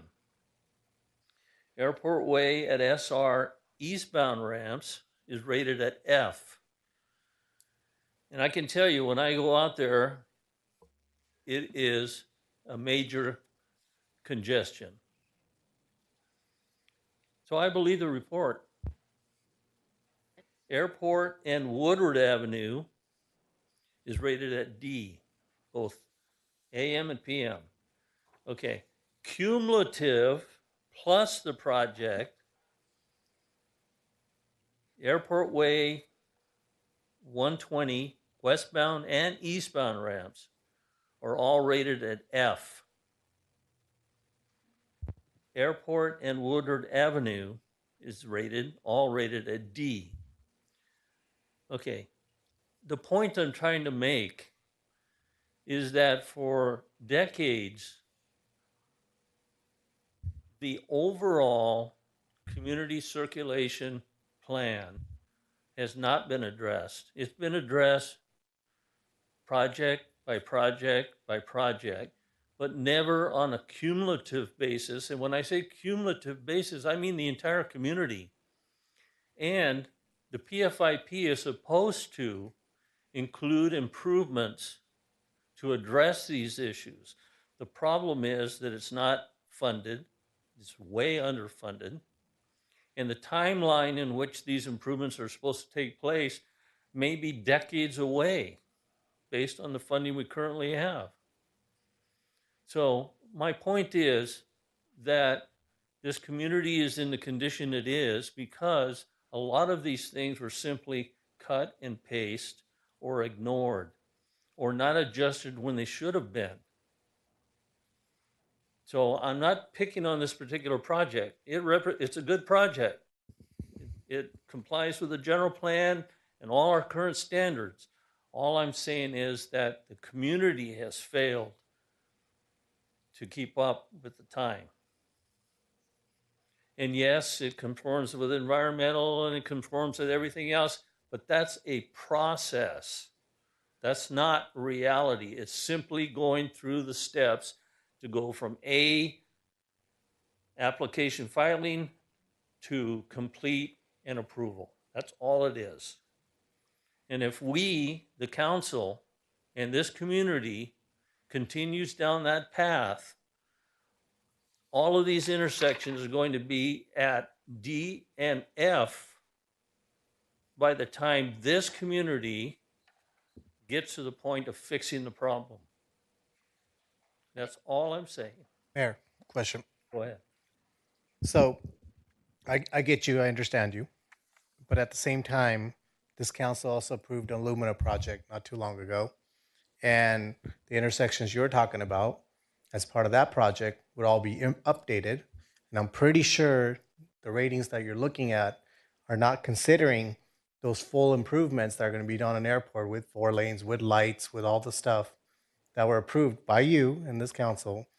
And I'm pretty sure once those are in, and that project's probably going to happen before this project, so those will be in those updates that you're talking about. So I think we have done our part to make sure that we look regionally for complete streets, not just with this project. Yeah, if you just look at it with this project and the other project never happens, I understand you. But the other project actually is in front of this project. And it's updating what those intersections that you're talking about right now. But if I may, even if Correct? Luna doesn't happen, Gary? after that section would just give a bleak picture of some of our intersections, it does then prescribe recommended intersection improvements that the project will be conditioned to do. So the same document, just Yeah, a they're few paragraphs calling, later, suggests the improvements, signalizing Airport Way and Woodward Avenue, retiming and optimizing the intersection. A second condition would be signalizing the Union Woodward Avenue. So multiple projects have been conditioned to address those issues. and I was going to ask engineering the question, and maybe it's not engineering. I'm not sure who takes care of it, I'll is give it to signal Craig. Yeah, I'll give it to installation. Where are we in the budget process for those signals?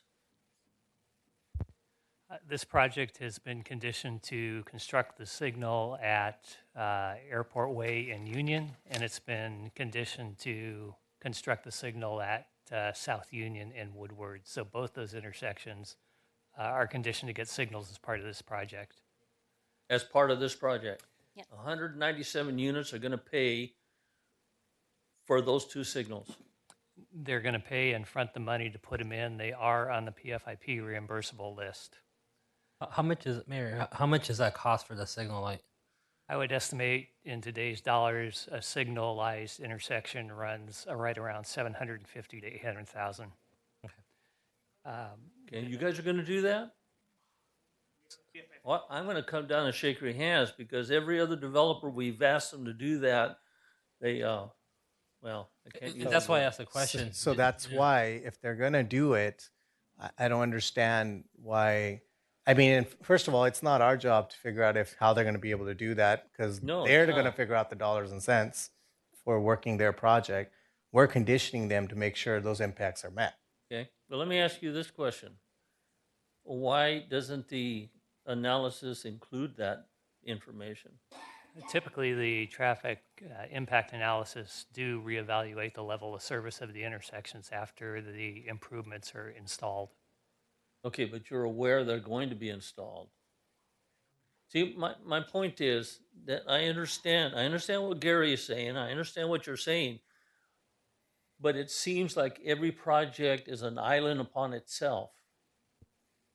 We need to start taking into consideration the big picture on all of this stuff.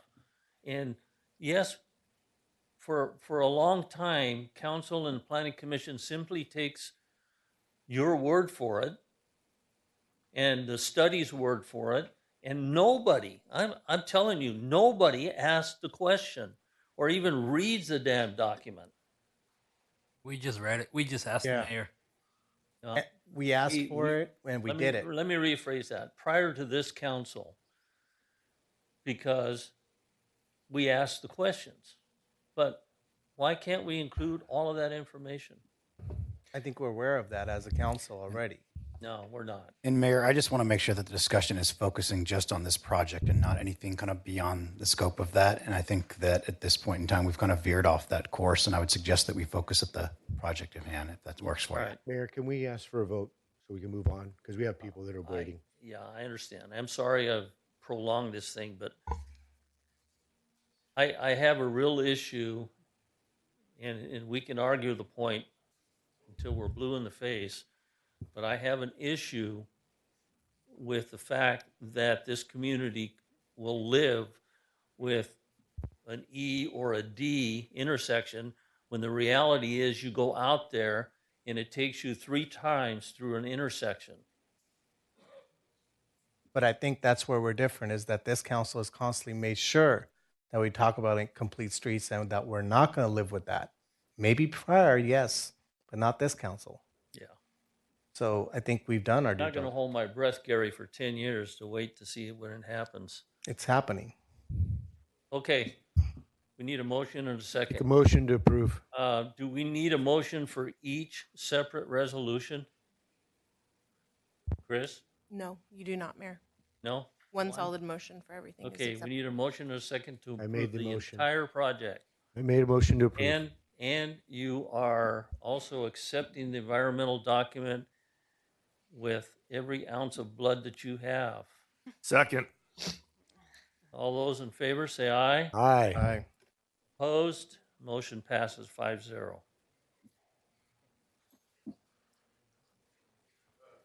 Okay, next item.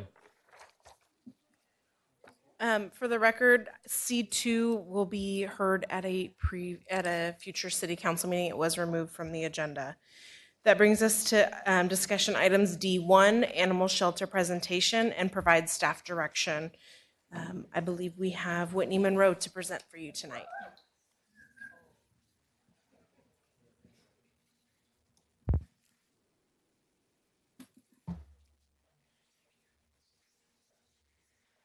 All right, good evening, Mayor, Council.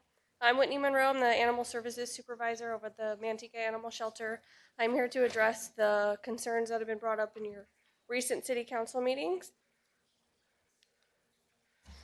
So this is just a little background about the Manteca Animal Services. Our staffing is currently 1 full lead Animal Services Officer, 2 full Animal Services Officers, 3 part-time kennel assistants. Currently, we have 2 working on filling that last 3rd position.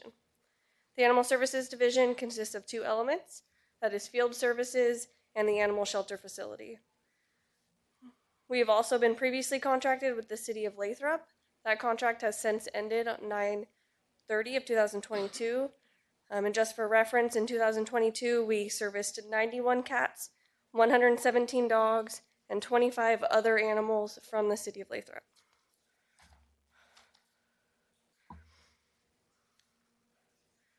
So this goes into the 2 different services that we provide. The field services aspect is animal services responding to calls for service, impounding of stray animals, take reports of vicious, mistreated, or nuisance wildlife, investigate all animal bites, testify in court when appropriate. This also includes your nuisance dog barking, any neighbor complaints, neighbor disputes, broken fences, dogs getting into your neighbor's yard, things like that, and also picking up deceased animals. And then the animal shelter facility is housing of the seized, impounded, surrendered animals. We are not currently contracted with any local veterinarians. That's something that we're working on, but we do work closely with veterinarians in our area. And we also ensure all animals are spayed and neutered prior to release. And all staff makes efforts to work with rescue organizations to find homes for as many dogs and cats as we possibly can.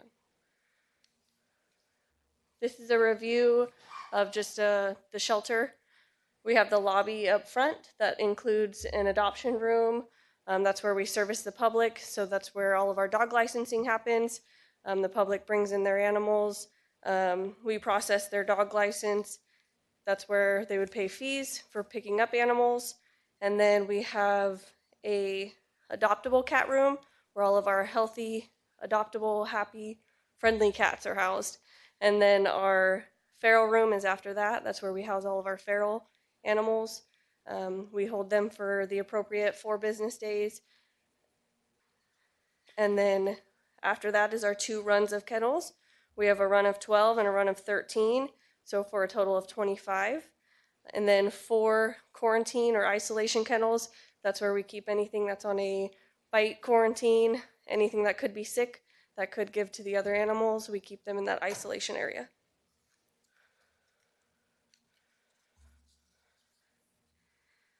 Currently, there are 2 play yards located at the animal shelter. We have 1 large yard in the back and then 1 smaller yard off to the side. The smaller yard generally we use for meet and greets if you bring your dog to meet an adoptable dog to make sure that they get along. And we also do play groups with dogs. We make sure staff is present at all times just because we don't want anything to happen with us not there. So this is an opportunity for the dogs to get out of their kennels and alleviate kennel stress. I know kennel stress is something that you've heard throughout your meetings. So dogs being able to play in the yard and interacting together certainly alleviates that. The animal intake process at the shelter starts in the lobby or when the animal is picked up on the street. That animal is immediately scanned for a microchip. So our animal services officers have microchips in all of our trucks. So as soon as we get a dog, we scan it and try to locate owner information. Our main goal is trying to return that animal home. And we always look at the overall condition, age, behavior, sex, to determine where that animal will be housed. And then we always check for additional information such as a license tag. If it does have a license tag, we can search that in our system and locate owner information just to quickly get that animal home. Hold times are dependent upon findings from our intake evaluation. We follow all state mandated hold periods, which is 4 business days, and anything that's microchipped is held for 10 days. So there are different types of intakes. That includes owner surrenders, surrender for euthanasia, nuisance wildlife, our stray animals, which we take any stray animal. So we've had snakes found in our front yard that are actually pet snakes, not wild snakes, hamsters, guinea pigs, rabbits. We also take deceased animals, obviously. I know owner surrenders have been touched on quite a bit in your meetings. Currently, our requirements for an owner surrender is a $25 fee and proof that you live in Manteca. So either your driver's license with your Manteca address on it or a home bill with your name and address on it. And we do currently offer surrender for euthanasia.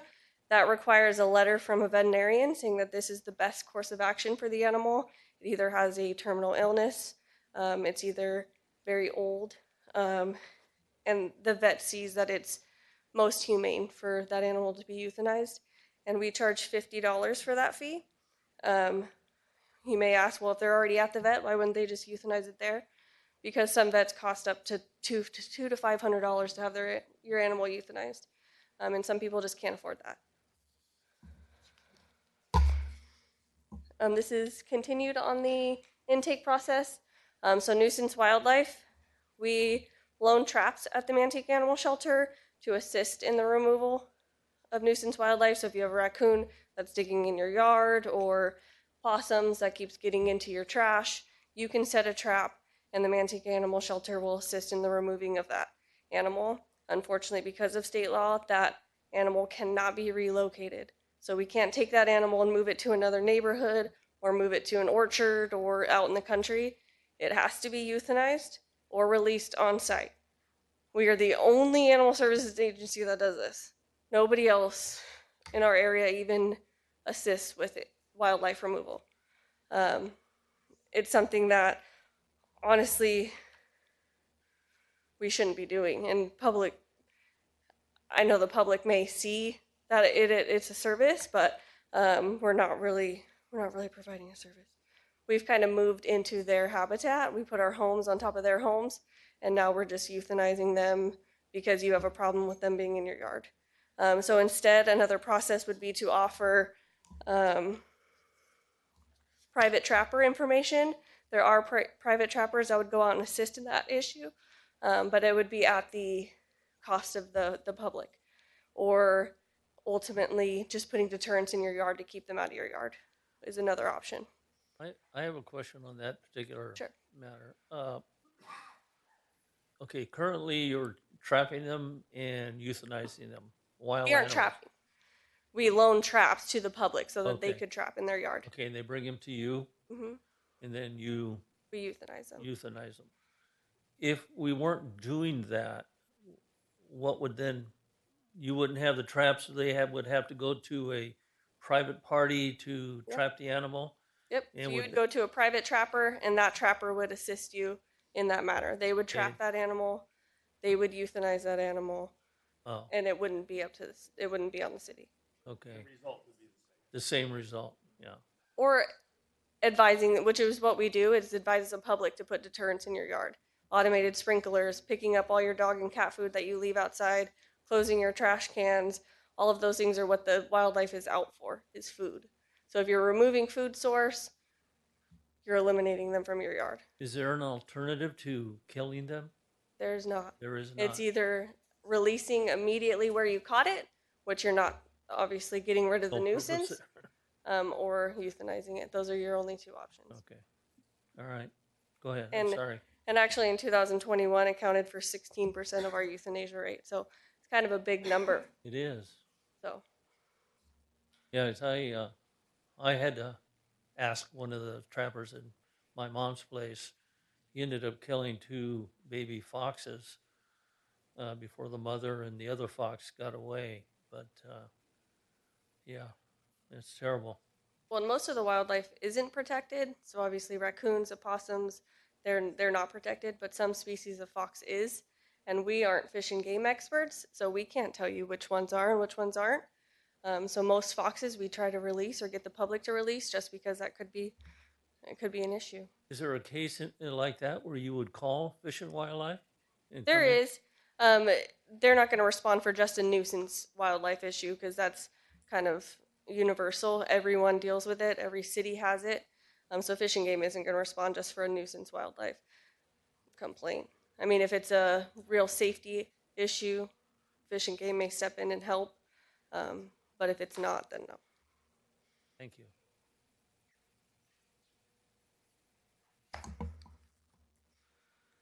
The next one, I believe this was an email correspondence sent to the council following the meetings. This was sent from PETA, People for Ethical Treatment of the Animals. And they are comprised of more than 659,000 members and supporters in California, and they've expressed the following concerns. Such policies, such as no-kill, have been shown to have unintended consequences that harm animals and endanger the public. If no-kill policies actually helped the animals, PETA would probably be the strongest supporter.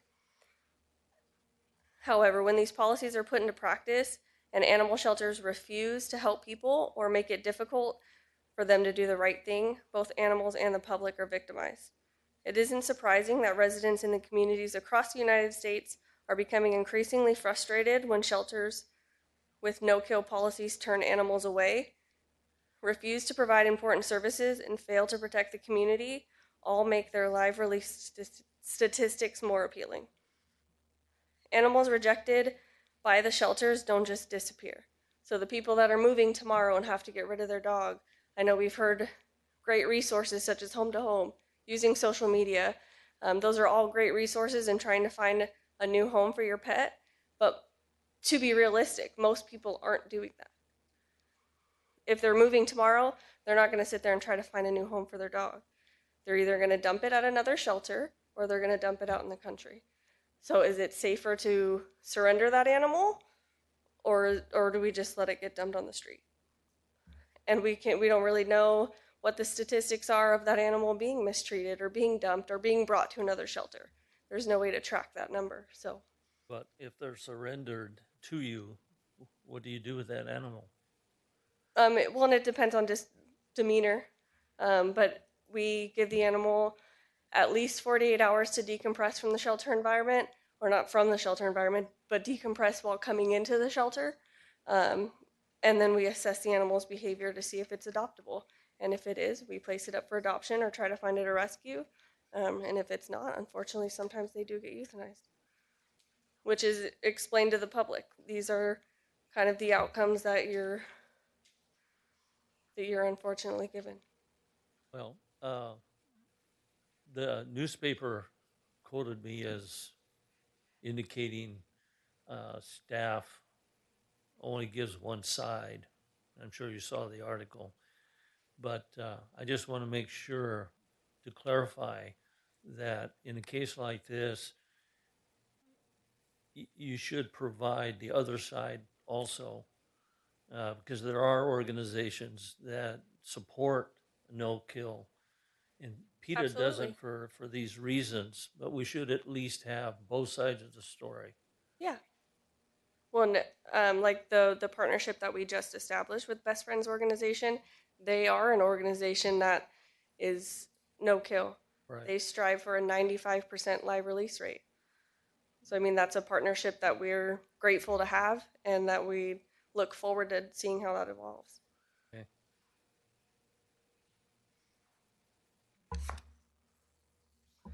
So these are just some challenges that we face when becoming a no-kill shelter. So obviously just the sheer number of cats and dogs in reference to how many kennels we have,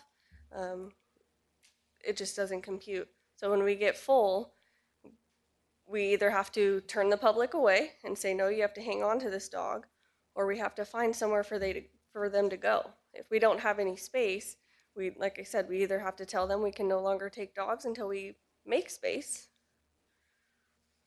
Make or space. by getting them adopted, rescued. So it could take several weeks. So if you want to surrender your dog today, you may not be able to do that. All right. Obviously posing a public safety concerns due to behavioral traits. Public safety is at the forefront of our decisions that we make. So if a dog comes in that's already had an attack history or a bite history, we have to take that into consideration. To us, that's not an adoptable dog that we put up for adoption. So if a dog historically has killed a dog, we're not going to place that dog up for adoption and put the community at risk by having that now be your neighbor's dog that could get into their yard and kill their dog. Right. So to clarify on that, you said adoptable. It would not be adoptable? It would not be adoptable. So then be euthanized. It would go rescue only. Okay. So a rescue can pull it if given resources and they have the ability to pull that dog, they can pull it. But that would be the only option, is rescue. Or euthanasia. Or euthanasia. So surrender for euthanasia, that's obviously a huge part of the number as well. Like I said, that's a service that we provide to the community. If you can't afford to have your dog euthanized at a vet, we do it for $50. So, I mean, otherwise that animal either is left untreated. So if it has an illness that you can't afford to treat, then most people just wouldn't. And then it would sit there suffering in your house until it passes away. And then nuisance wildlife, we've already touched on that, is obviously part of that no-kill statistic. This is animal adoption information and kind of the process we use. You are able to come into the shelter and do a meet and greet with any of our available dogs. We are open to the public. So anything that has available marked on its kennel, you can come in and meet with, either in the yard, in the adoptable room. You could bring your pet to make sure your pet gets along with that dog. Then you would complete the adoption agreement, pay for the adoption fees, spay and neuter fees, and the spay and neuter is dependent on size and gender, which our prices are listed off to the side. That's what we're charged by the veterinarian. So we do ensure all pets are spayed and neutered prior to release. And then the pet is released to its forever home. I have a question. Sure. On the previous slide. So spay and neuter fee is as indicated. Are you budgeted for that process? No. Okay, so that's where does that come from?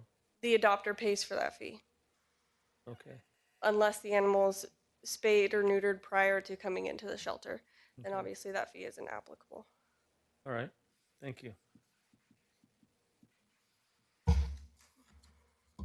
So some new things that we're doing. I know it says here weekly pet option events. That's a little bit ambitious. There's only 5 of us, and most of it's done on overtime.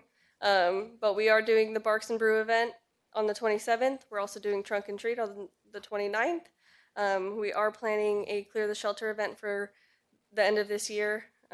December is where we're shooting for. We have developed a Facebook page for the shelter. That's just been in the works for a few weeks now, and so far has been doing really well.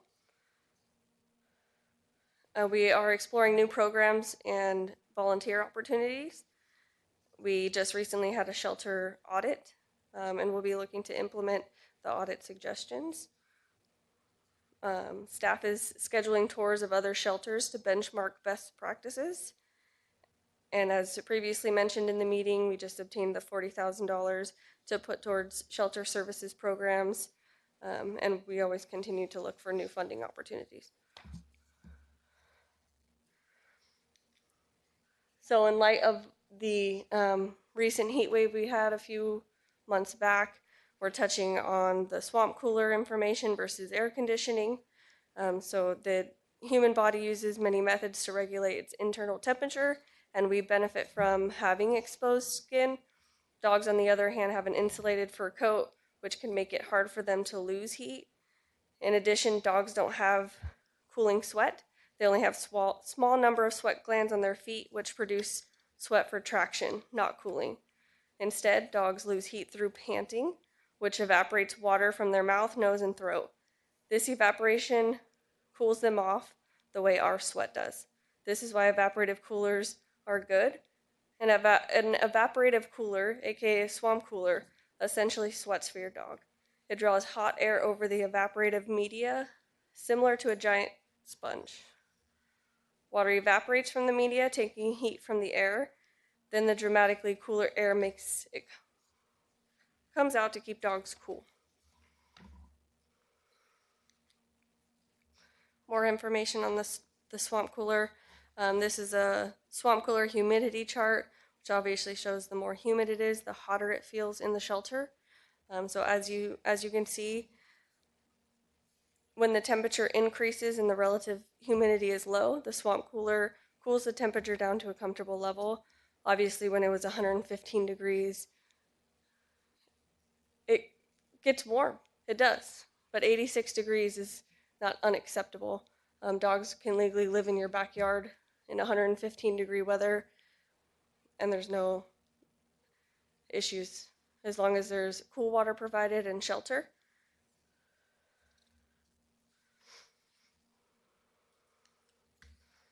So these are animal shelter recommendations. We would like to establish a foster program. This would help free up space within the shelter, and it helps animals that are not ready for adoption. That includes bottle baby kittens. I know we've seen Andy earlier.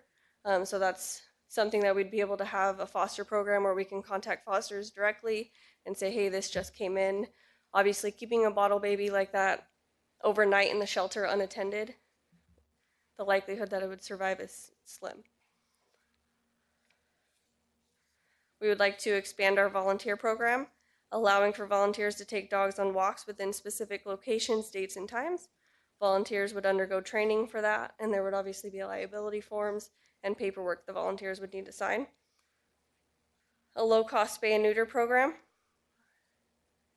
Research the possibility of a trap, neuter, vaccinate, and return program. I think we should temporarily stop the intake of feral cats while we're trying to establish this program. I have a question with regard to that. Sure. What do you envision as the program? I mean, what do you currently do? Currently, if you bring a trapped cat that you've caught in your yard, right. It goes in the feral cage area. Most of them are wild and you can't touch them. Obviously, we try to assess them for behavior. They all get scanned to see if there's a microchip. We look at all of them to see if they have an ear tip. If they have an ear tip, we advise the public to return them. But if they don't and they're not friendly, right now they get euthanized. Ear tip indicates they've been spayed or neutered, yeah. So if there is an ear tip, we have the public return them back. Okay, and if they don't have an ear tip, they're held for the mandatory stray hold, and after that they are euthanized unless they're friendly. Okay, and if you had funding for a spay and neuter program, that would be one of the biggest initiatives we would hope that. to see, is establishing something for the feral cats, yes. Okay, and how much do you think you would need to do that? Well, it could cost upwards to over $100 per cat unless we find a contracted vet that's willing to work with us and do it at a cheaper rate. Because currently our price is, in the previous slide, $100 for the spay and neuter, $20 for the rabies vaccine, $5 for the FVRC vaccine. So I mean, it's over $100 a cat. $100 a cat? How many cats did you take in last year or the last 12 months? Or last year? I'd have to check how many. Yeah, feral.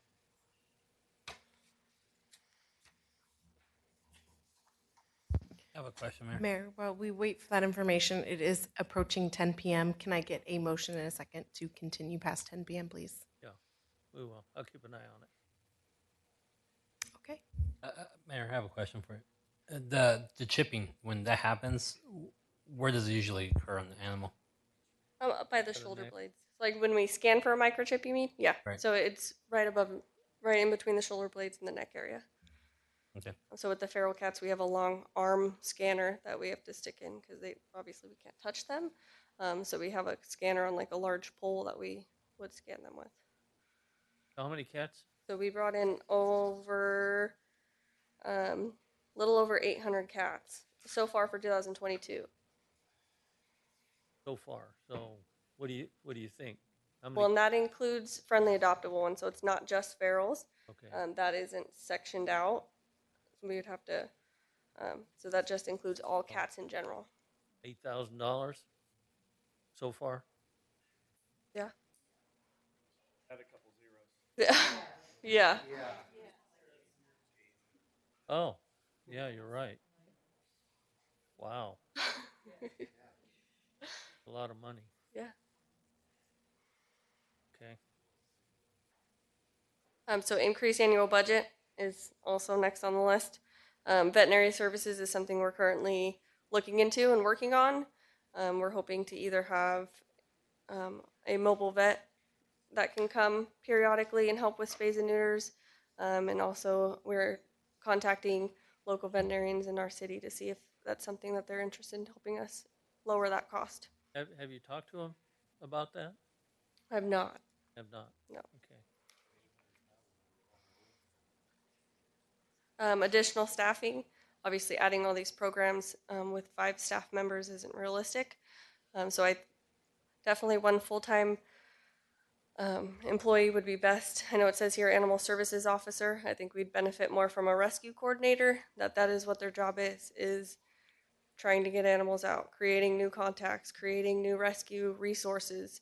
And that is their sole duty, is trying to get as many animals into a rescue organization as possible. Also assist with community outreach and educational programs, and 2 additional part-time staff to help with the programs listed. So obviously the TNR will take additional people because that requires us to return the animal back to the community that it came from. Also developing a foster program we'd have somebody that oversees that as well. And research the possibility of establishing a 501c3 nonprofit organization. This could provide extra funding for the animal shelter that will fund programs like spay and neuter and veterinary services, and then also eliminate nuisance wildlife trapping or the acceptance of nuisance wildlife. What do you have to do that? I'm sorry? The wildlife. What needs to be done to stop that? We would just stop taking them Just stop. Okay. and educate the public on other things that they could be doing. Okay. Is that it? And that's it. Questions, comments, concerns, other recommendations? Nice job. I do want to commend you guys. I mean, for the resources you have and the number that you are. I don't know if that's proper English. You are anyway. We got it, Mayor. Okay, you guys are doing a great job, and I don't think the volunteers have any complaints either. It's just we just need to adjust the programs that you're dealing with, and personally myself, I feel you need additional funding and staffing to meet the expectations of the community from your facility. And I realize that we're short on money, and I'm not sure that a no-kill is achievable at this point with the facility we have and the money that's available. But personally, I feel at the least we should have a spay and neutering program. If we can't stop the euthanasia or reduce the euthanasia, we can at least come at it from a different direction, and that's to reduce the size of the feral community. And over time, that will improve conditions as well. So, okay, well, thank you. Anybody on council have a question? And I just had a quick question. Do you want to maybe talk about the trends of our euthanasia rates in comparison to like standards? Maybe just provide a little information to the council and the public that's here, because I think we're in a Hang on. Great. I do want to hear that. Okay. We need a motion and a second to extend beyond 10 o'clock. So moved. Second. All those in favor? I have to leave. I have a German Shepherd at home that I have to let out. So my other question was the cat that winked in the slide related to the cat that meowed at the mic. Can we push this back to next meeting and finish it, or? Well, we have a lot of I know, people here. I know, but I have to leave. I would like to stay and finish this, but I have to leave. I have a German Shepherd at home. I'm not going to make it back. I think we'll be here if you want to come back. All right. I mean, It's going to take me about. Zoom in. Yeah. zoom in. Go home and zoom in. Yeah. Can I? Or on your phone. Yeah. Right. All right. Okay. So we have a Sounds motion. good. We have a motion and a second. You cannot Zoom. All those in favor say aye. You cannot Zoom, Councilmember Reitberger. It was not agendized at that location. But I do need a vote for the motion in a He second. would be a member of the public. I mean, the public can tune in. At that point in time, he'd. Yeah, but I can't. You want to participate, I wanted to participate. So right? I will try. I will try if you guys are still doing this. Yes. Okay. But he's going. We'll still be going. Yeah, I guarantee you. Okay. Okay. Do the vote. Don't speed. Okay. We need a vote. Favor. All those in favor? Aye. Opposed? Motion passes 5-0. So we can go beyond 10. Okay, go ahead. Answer the question. Okay. So do we want just the last couple of years? Or just this year in general?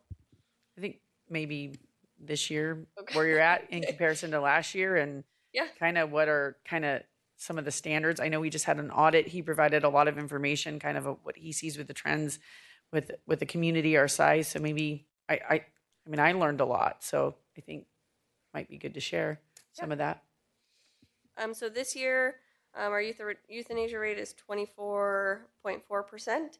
Our live release is 75.6. That includes all nuisance wildlife, feral cats. So everything that we just discussed is included in that number. That's not just dogs that we have at the shelter. That encompasses absolutely everything. In 2021, 68% of our euthanasia rate was cats. 13% was wildlife or nuisance wildlife, and 19% was dogs. That 19% also includes owner surrender dogs. So that includes the people that bring their animal there that are suffering and need to be euthanized, is included in that 19%. This year so far, so 70% of our euthanasia is cats, 6% is nuisance wildlife, and we're at 23% dogs to date. Again, those numbers encompass everything. So the cat population seems awful high. Is it because they're just out there Yeah, and they reproduce yes. 3 times a year or whatever? And they're considered free roaming, so Yeah. everyone lets their cats out unaltered, altered. And then when they have a litter of kittens that they can't take care of, they bring to the shelter because they don't want more cats, but their cat is still unfixed at home, creating more. Yeah. Okay. All right. Thank you. You're welcome. All right. Open it up to the public. The first public comment card I have is Melanie Parker. And just a reminder, it is a 3-minute time limit. Good evening, Council. Since the last time I was here with the last animal control meeting, we have fixed 70 feral cats. How many? We have 70. 70. Year to date, we have fixed 479. You think a budget of $40,000 for a grant is something? We've already spent $36,000. You are leaving this to the public to take care of. Karen and I approximately in 20 years have fixed 8,800 cats with no help. We have no savings anymore. All our money is being utilized to feed these colonies that we go out every single morning at 2 o'clock, 3 o'clock, which is almost time to go. And we feed these animals and we take care of them and we pull the sick ones, we pull the kittens, we socialize them. We have adopted 194 animals. We're just a tiny little people. We're just 2 people with an army of volunteers. That's not enough. We need more. We need more fosters. We have taken 4 kittens just now out of the pound that were almost euthanized because they had ringworm and they were bottle babies. Ringworm's treatable. Bottle babies can be fed. All of the formula comes out of our pocket. As for the spay and neuter fees up there that Whitney had, you do realize all that revenue goes to Tracy. It does not stay in Manteca. The object of this town is to keep our revenue in this town and not send it elsewhere. If we're spending $36,000 and we're not the only organization doing this, you just imagine how much of your revenue is leaving Manteca because it's not staying here.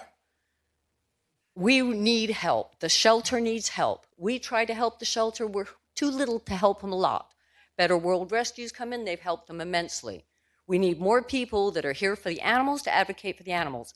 The more homes you build, the more animals there are, the more work that people like us have to do. I don't think the city even realizes that we get up at 2 o'clock in the morning to do what we do because we're irritating everybody else, even though we have permission to be where we're at. Oh, stop feeding the cats. I'm going to prosecute you. Why shouldn't they be fed? We feed the homeless. Why shouldn't we feed the cats?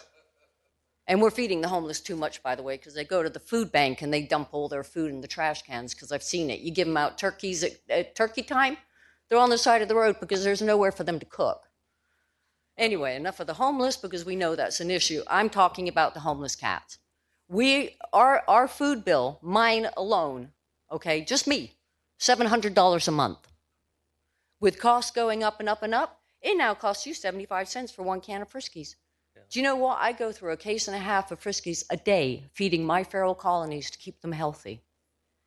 The city has to do something now to help the animals. I have a question for you. Why do you go to Tracy? Because that's a cheap vet. $120 to fix a cat. You go to the Central Valley, they want $200. You go to Northgate, they want $300 for 1 cat. 1. So what happens? You get a cat. Is pregnant? Oh, throw it out because I don't want the babies. That's where Karen and I come in. We take, and that's another thing about the feral cats. Even though they end up in the feral cat room, all cats that are found on the street in a trap are not feral. Okay? Some of them have owners. You're giving them 4 days or 2 days or whatever days. That's not enough time for the owner to even come and claim them. Okay? Something has to be done on this issue. Low-cost spay and neuter clinic is an absolute must in this Sorry, town. ma'am. Your time's up. Thank you. Okay. Next. Our next public comment card is Andy Klein.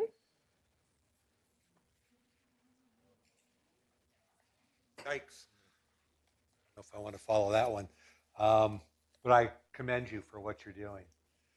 I came to talk about having a no-kill shelter, but I listened to Whitney's presentation, and a lot of what she said makes sense. I do want a no-kill shelter, but there has to be exceptions to that too. A shelter is a place where people who can't afford to take a dog to a vet or a cat to a vet to be euthanized because of the expense need some place where they can take an animal that's sick or really old and suffering to provide that service. The same way you provide a service to chip pets or spay and neuter pets. Those are all services that every city should have. And I really hope that Manteca gets to the point where they can afford and they can do those things. We owe it to these pets to do that. And the other thing I was going to say is I was listening to her presentation about what her needs are in terms of additional people. And because people at the beginning of the meeting were kind of shamelessly plugging candidates and things, I just wanted to say, you might want to consider hiring some old retired guy to do that kind of work because he doesn't need benefits. And so he'd work really cheap for you. So just kind of a shameless plug thought I'd throw in there. Yeah, and a lot of experience and really likes animals. But that's really all I wanted to say. I hope you guys can get to this somehow. Thank you. Thank you. Our next public comment card is Cindy Wees.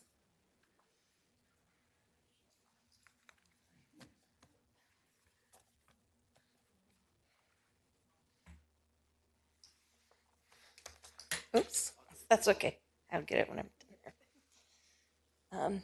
Dear Honorable Council members, I'm here tonight to address the state of affairs with respect to the operation of the Manteca Animal Shelter and the presentation that was provided with the agenda for our review. The first thing I find is missing from this presentation is the lack of data, actionable data. The presentation does not offer even basic data with respect to animal intake, numbers, animal hold times, euthanasia rates, placement, relocation, adoption rates, number of animals reunited with families, and so much more. How is the city to determine how it can best fund and provide these services at the shelter without that data? The presentation is long on cute pictures with winking kittens and smiling happy dogs playing, but where are the pictures of the dogs and cats that have been euthanized while in the care of the facility? Where are the pictures of the feral cat colonies spreading throughout the city? Where are the pictures of the animals that suffered in the shelter from the lack of adequate vet care?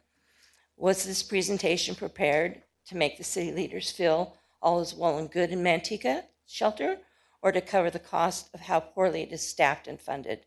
With all due respect to the council, it appears that both are true. It is obvious that the shelter is in dire need and an increase in funding based solely on accounts reported by the residents and by the volunteers that have been the mainstay in providing any kind of relief for the animals that find themselves in the shelter. I understand that the shelter staff and the volunteers are doing their very best, and I commend them. Those people are here for us tonight to ask for help.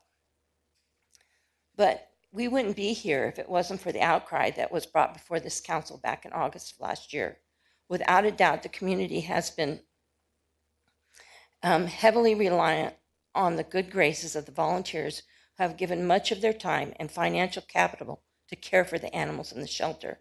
The fact that the council has not been given a report on the shelter prior to today for more than 4 years is all the proof that is needed to understand that its operation has been out of sight and out of mind for far too long. Please, again, I strongly urge the city of Manteca to establish that the shelter provide, at a minimum, annually, a comprehensive report with real actionable data. I have listed and provided just some of the information that the shelter should be providing, none of which is included in the presentation. I have also outlined and provided for your review comments and questions as a result of the information contained within the presentation, all of which touched on concerns that were not reported on any meaningful way as to provide confidence that they will be adequately dealt with. It is my hope that the council explore these concerns and hold the shelter management, as well as yourselves, accountable to address them. Please, dear council, we need to do much better for the animals that find themselves in the unfortunate circumstances within our city and within the animal shelter. Thank you for your time. Our next public comment card is Ruth Figueroa.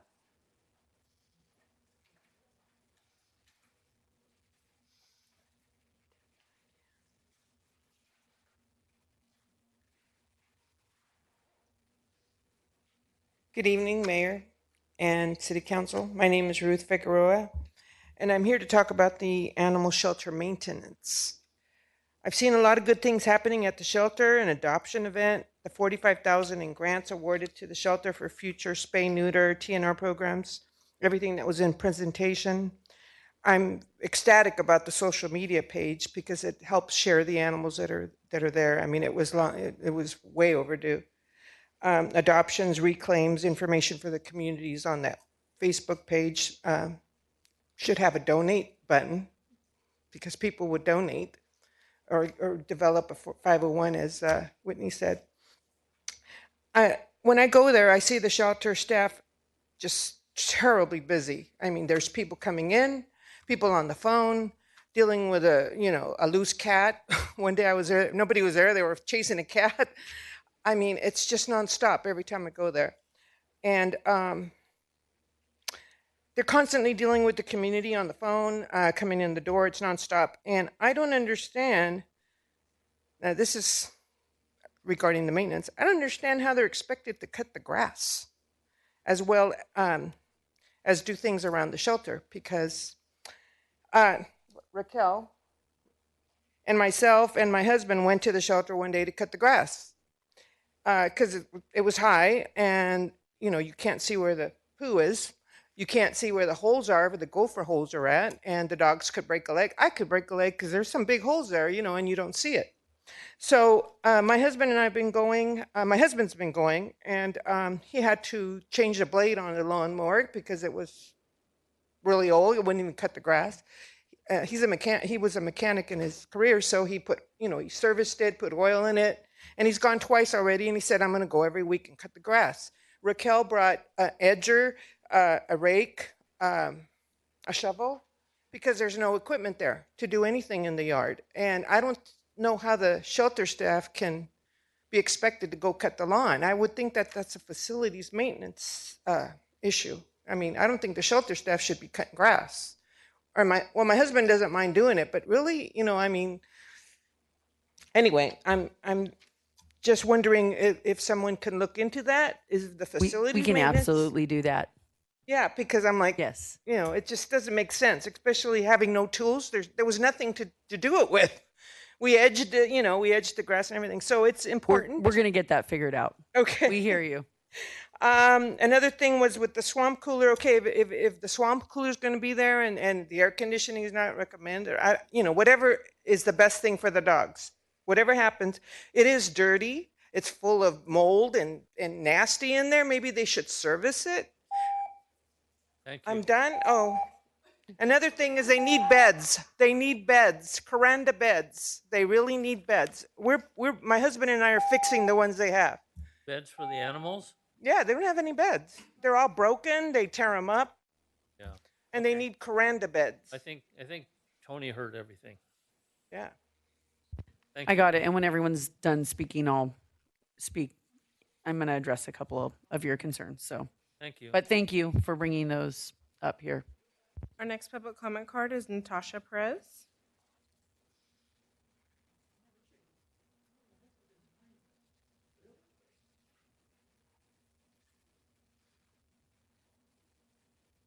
Thank you.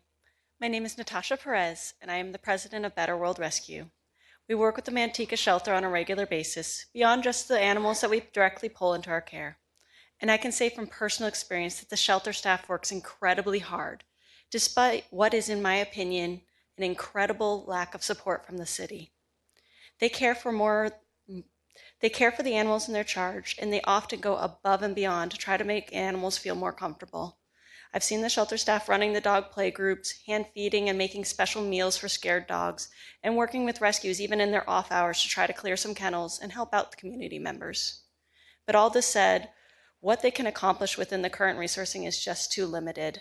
So my request today is that the council pursues every single recommendation that you heard from Whitney.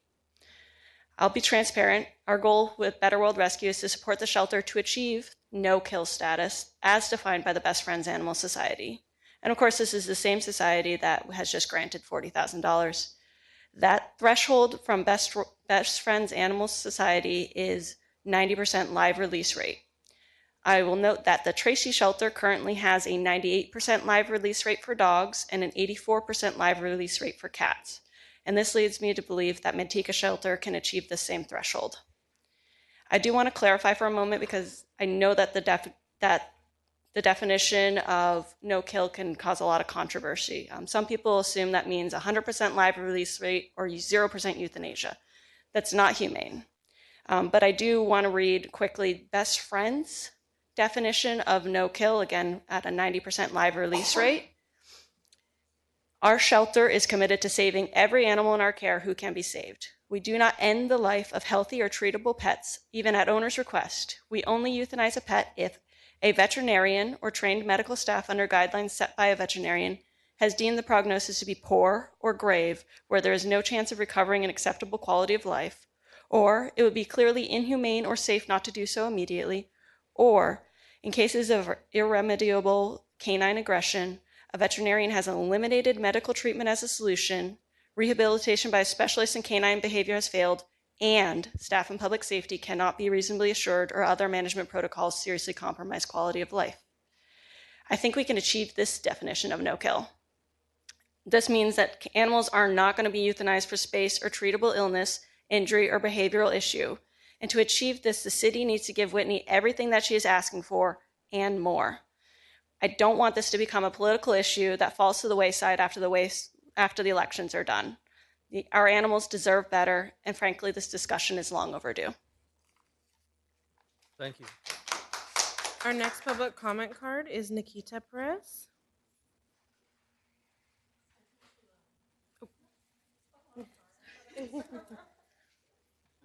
Wow. Welcome back. Thank you. My name is Nikita Perez, and I work with Better World Rescue and supporting the Manteca Animal Shelter. I want to present you with a comparison tonight between our neighboring shelter in Tracy and the current shelter in Manteca. The difference? Tracy's shelter has a head start on the path to no-kill. So they are an excellent shelter to look at as we look to improve the resourcing at Manteca Shelter. First, let's start with the comparison of the facilities. Here we will find that both shelters have about the same number of kennels, but Tracy Shelter has kennels that give dogs direct access to the outdoors within their kennels. Their kennels also have connecting doors to help accommodate larger dogs or groups of puppies. And finally, their temperature control is consistent throughout the staff and animal areas. In contrast, at Manteca Shelter, the dogs can only go outside when it's their time in one of the 2 play yards. The kennels are all single unit, and the staff areas are cooled by air conditioning, while the kennels are cooled with an evaporative system. Now, next, let's look at the staffing numbers. Tracy Shelter has double the staff of the Manteca Shelter, again, for the same number of kennels and animals. This allows shelter staff to work with dogs that have behavioral challenges. This allows staff to spend extra time pulling together adoption profiles. This allows staff to contact rescues with more detail and on a more frequent basis to have animals pulled. Now, with the policies on feral cats, Tracy Shelter ceased feral intake in 2019 as new leadership found it was inhumane to simply kill healthy cats that are not causing any harm. Now, they have a TNR program that have been incredibly successful and dramatically improved their live release rates. In contrast, every single feral cat that comes to Manteca Shelter has no other option but to be killed. The euthanasia has not stopped or even slowed the stream of cats coming in, as the shelter quarantine room for ferals is routinely full. Tracy Shelter staff also get training in dog behavior and are currently undergoing fear-free shelter training, which can help dogs to feel more comfortable in the shelter environment. These training programs increase both staff safety and live release rates. Currently, the main training Manteca Shelter staff receive is how to euthanize an animal. No formal behavioral training is given, and while staff do learn on the job, their safety could only be improved by an investment in training programs. And finally, let's talk about veterinary care. Tracy Shelter spends over $50,000 annually on animals that arrive sick or injured. They have contracts set up with 2 different vets to ensure the animals in need have a place to go for a proper medical examination. In contrast, Manteca Animal Shelter has a veterinary budget that barely supports vaccination of all animals. If an animal comes in sick or injured, its options are rescue or euthanasia, even for very treatable injuries or illness. Shelter staff go above and beyond to reach out to rescues and vets for help, but they should not have to. These funds and contracts should be there so the animal in need can get a veterinary assessment by qualified medical professionals. Thank you. Thank you. My last public comment card is Pamela B. Pamela B.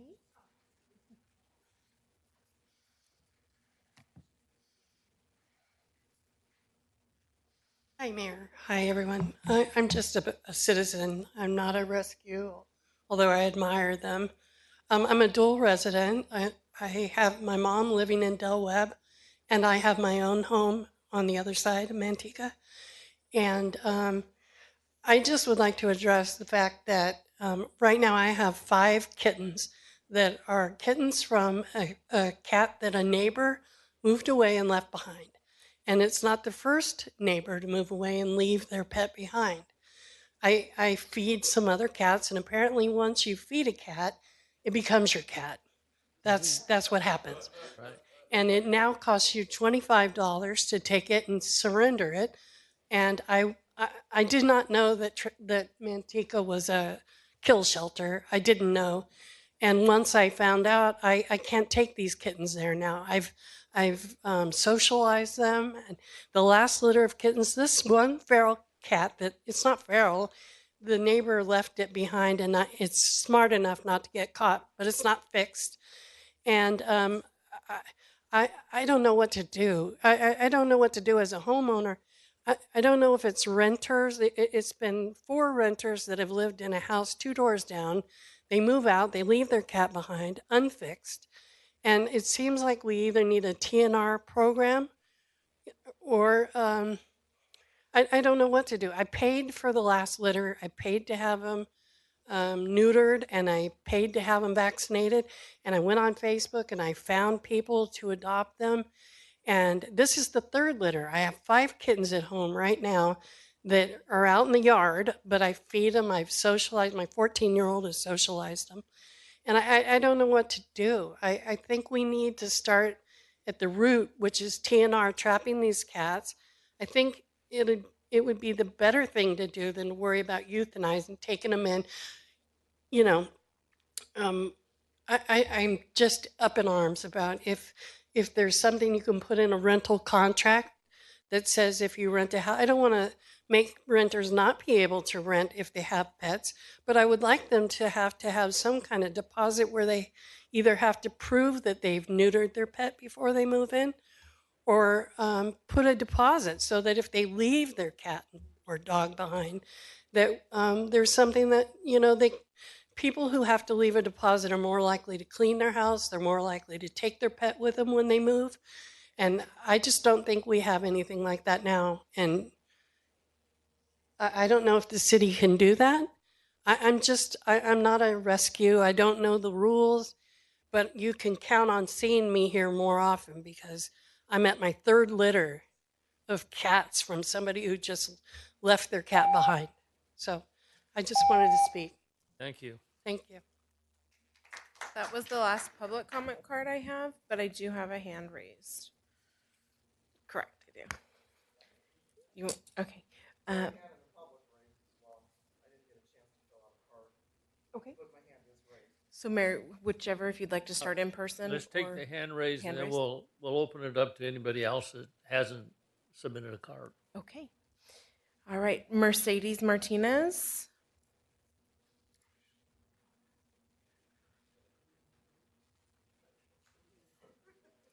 Mercedes? Okay, sorry, there we go. I had to unmute. Can you hear me now? Yes, we'll start your 3-minute timer. Okay, thank you. Hello, Council. Thank you for your time. I'm here to talk about the Manteca shelter. I am very happy to hear about all the progress and what's moving forward, and it sounds like we're going in the right direction. I am here to talk about owner surrenders. No wait, same-day surrender, no real forms to fill out. It's far too easy, and it's only $25, which only is the cost of a dog a day. Staff does their best to have people not surrender their animals, but so many still come in every day. Days with 5 to 7 owner surrenders are not uncommon. The fee should be higher for unfixed, unlicensed. These folks are not paying into the shelter, but taking advantage, especially the breeders, where we need to stop the breeding of animals. And when they cancel their litters, to just drop them off at the shelter, it's way too easy. And reclaim fees need to be lower than surrender fees. Dogs should be going in the opposite direction. No questions asked, no real questionnaire to fill out. One being a volunteer and trying to help get the dog seen and promoted on social media. I'm so happy that the Manteca Shelter has a Facebook page. It's helping a lot. And us as volunteers, when we try to, help them out as well, knowing things like their favorite foods, things that make them uncomfortable, makes it easier to work with the dog. This is a missed opportunity to help adopt dogs out. More information equals more confidence for adopters. The Tracy Animal Shelter does not accept owner surrenders outright. They instead counsel members of the public on ways to directly rehome animals. Study shows this is the least stressful for the dog, and prior owners can maintain a relationship in some cases. Home to Home org is used by shelters like Stanislaus for $50 a month. The shelter can be a partner. Instead of taking in owner surrenders, they can help market them for rehoming. The dog never needs to enter the shelter for the shelter to support rehoming. And that is all. Thank you guys for your time. Thank you. Mayor, that's all the hands and Okay, comment cards I have. I have a question for you.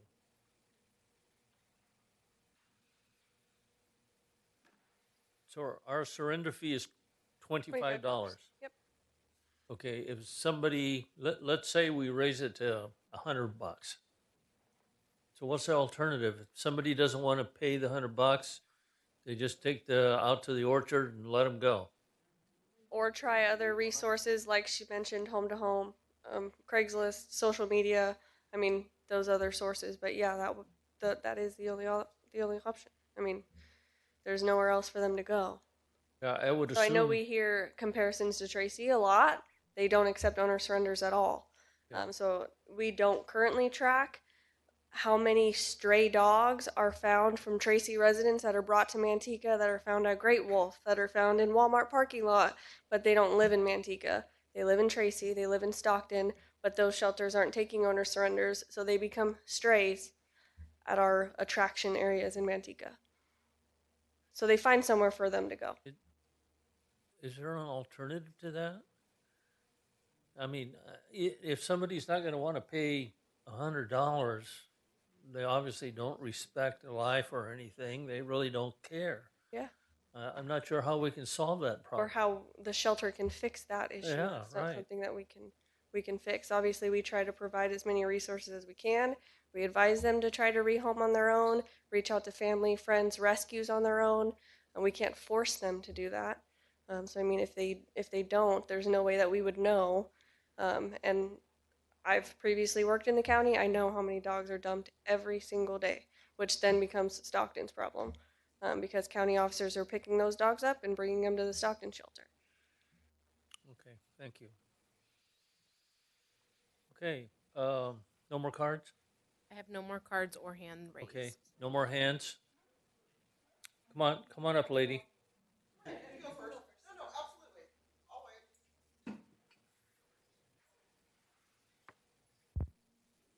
Hi, council members. My name is Sherry. I do a lot of rescue work with a rescue based out of Stockton because unfortunately we don't have that the low cost spay and neuters. If we did, it would dramatically reduce the amount of cats that are procreating on the street that are suffering and dying from diseases they're exposed to.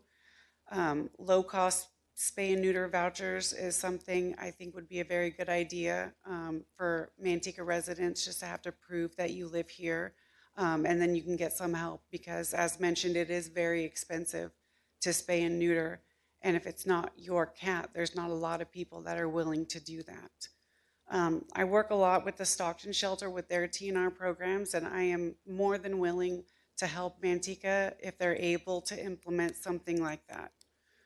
It is very important, and it is the #1 way to reduce the amount of kittens that are being born on the street because it is unmanageable.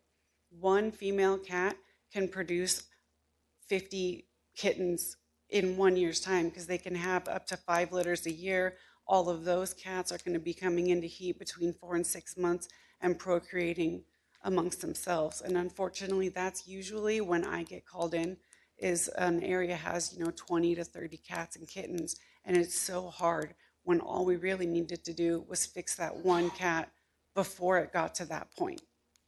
So that's basically my offer, and I strongly urge that you guys take that into consideration because we could prevent this rather than trying to contain it because it's almost impossible sometimes. Thank you. Thank you. Anybody else?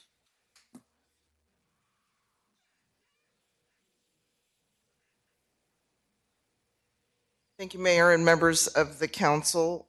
You have heard from me before. My name is Raquel Frescas. I am a homeowner and taxpayer in the city of Manteca. I am also a volunteer at the shelter. There's a couple of things that I just wanted to address this evening.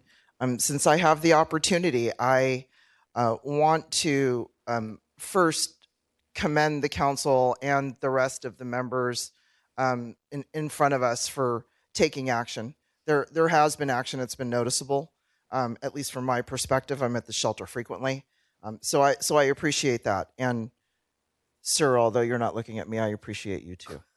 Thank you. I want to reiterate the need for a rescue coordinator at the shelter. So, you say, well, what else could we do with that person who comes in that says they want to turn their dog in for $25? That coordinator could potentially change their mind, could talk them into the resources that Whitney identified, right? Talking to them about potentially maybe keeping the dog, working with the dog. The rescue coordinator works actively with that homeowner to help them get that dog adopted out. Doesn't come anywhere near the shelter, doesn't take up a kennel.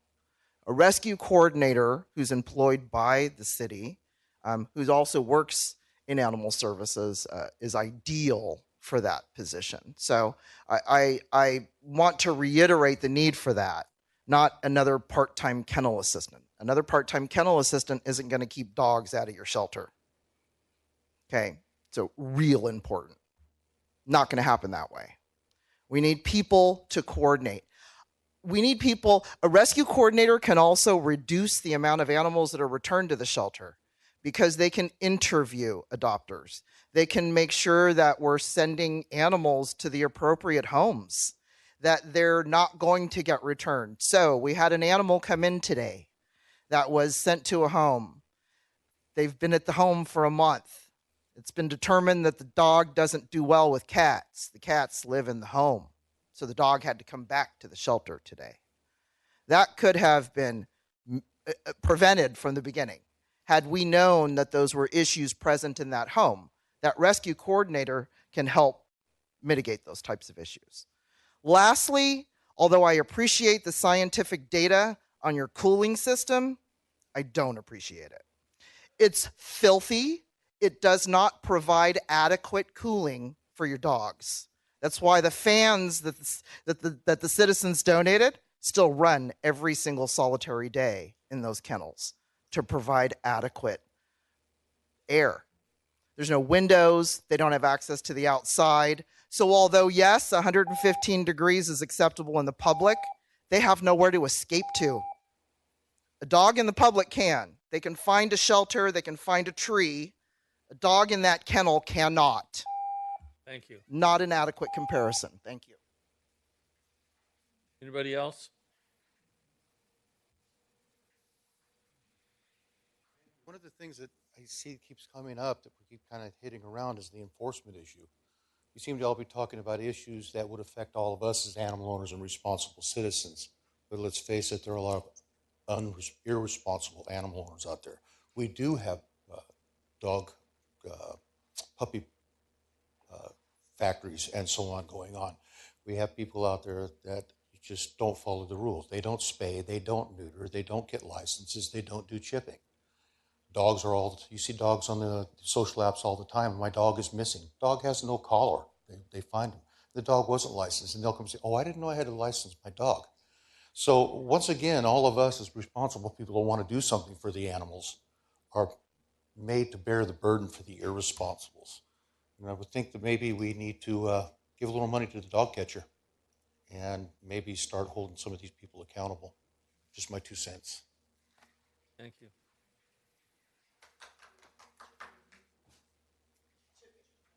Anybody else? Okay.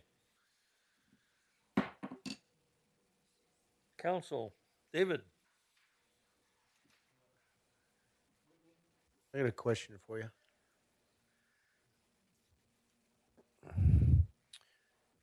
Besides the programs mentioned, are we looking also at the Delta Humane Society, SPCA, to assist in those areas for dog rescue or So we Adopt- currently adoption? work with Delta Humane Society. They pull from us when they can. Okay. All rescues are at capacity, so it's based on space availability for them as well. But they have pulled from us recently, actually. Okay, and then I know, you closed on Sunday, Monday, and Charlie, you might be able to help with this one. The old dog pound had cages out front for drop-offs for when they were closed. Do we have that for this one, or has that been done away? And if so, why? We do not, because one, we wouldn't know where that animal's coming from. So somebody can put whatever information they wanted on a piece of paper and stick it on a kennel. We would have no idea who left it, why they left it, what that animal has been.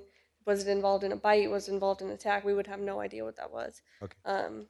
But we do offer services after hours if police are available. They have met citizens at the shelter to allow them to drop off a dog after hours.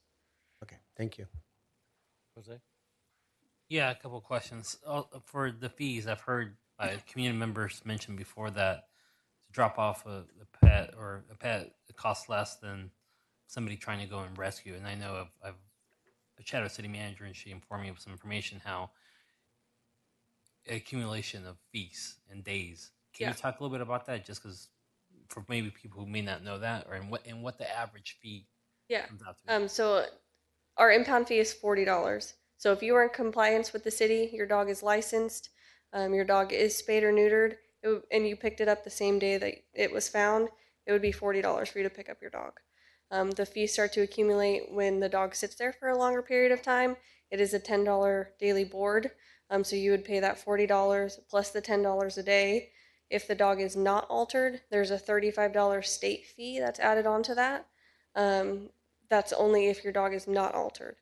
And those fees increase if this is the second or third impound, just because if you're a habitual problem, those fees do increase. The only way those fees get to the $400 mark, which I know we've heard in other meetings, is if you're not in compliance with our pit bull or bully breed code.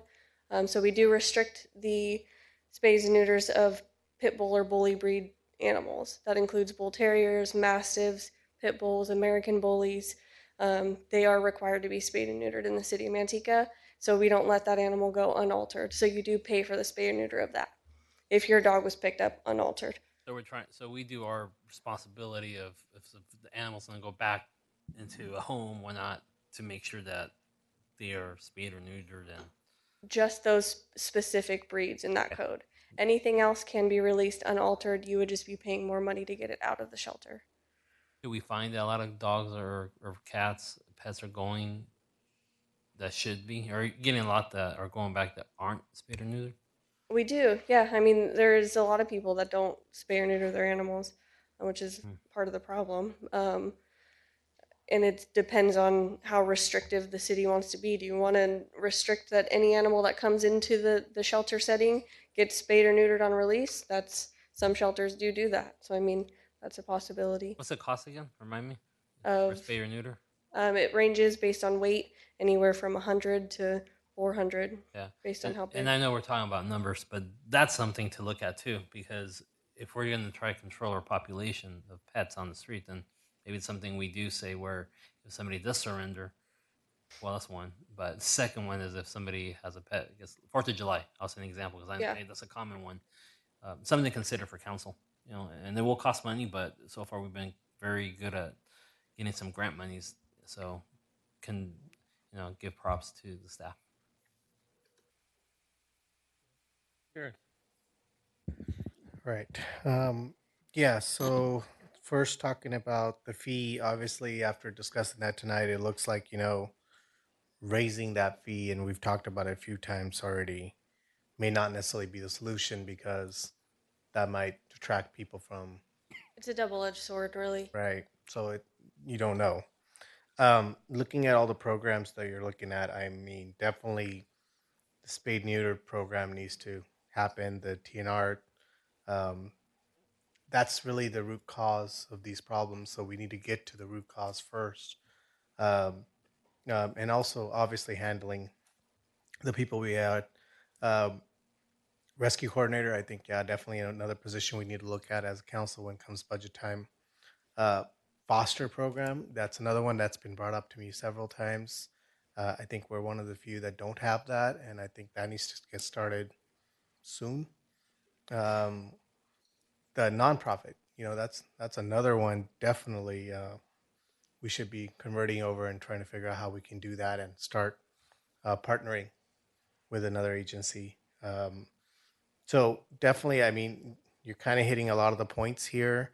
I wrote a lot of notes down, but you're correct. I think we do need to get to the point of where, especially if they're making it into the shelter, they should not be leaving without being spayed and neutered, because we're just adding on to the issues, especially if they've already made it into our shelter. So um, that one, I think we should completely change that out.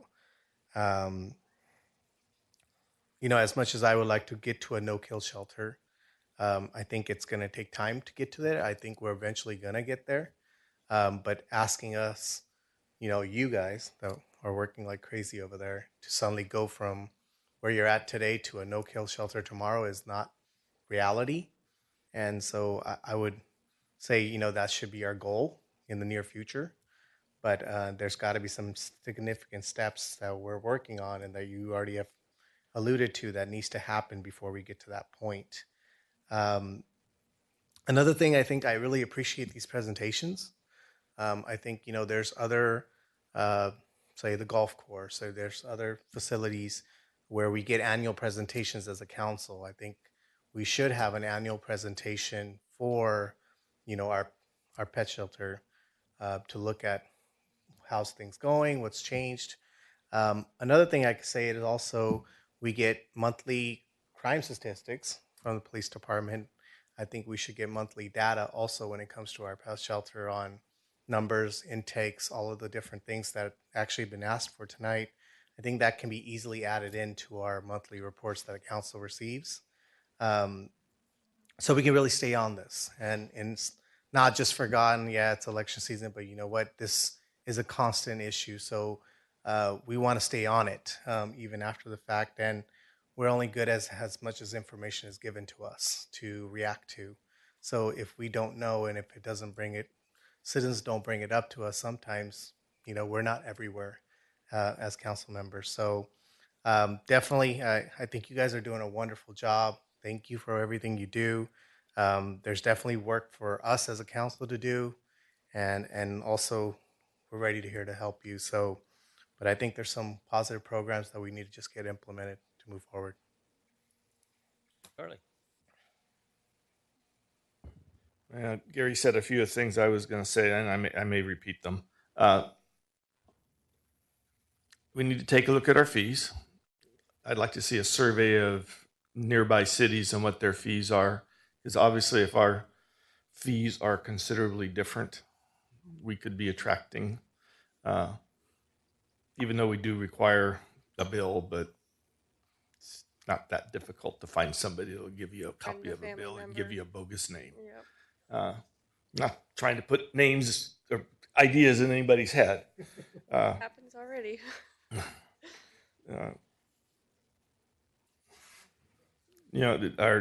On the fees, I mean, our redemption fee versus the adoption fee versus the owner surrender fee, I think we need to take a look at those and see if we can balance those out, because they are a double-edged sword. Now, in license fees, do we charge more for unaltered animals on the license fee, and what is the difference? We do. So it's $50 for an unaltered dog, and it's $20 for an altered dog. Annually. Annually. Yeah. Any guesstimate on what percentage of dogs are actually licensed in Manteca? I don't. I could find out. No, percentage of dogs. Like 10% of all the dogs in Manteca are licensed? Yeah. Yeah, I mean, they get licensed when they get redeemed. Yeah. Or when they get noticed from us, yeah. You said you're in the process of trying to get a contract with vets. Are we doing an RFP to all the vets, going out, talk to them? Where are you at on that process? So we've gone to Companion Vet. They're fairly new. They just started. We've also just recently went into Northgate Vet and just kind of opening that dialogue. I know those vets we've worked with in the past.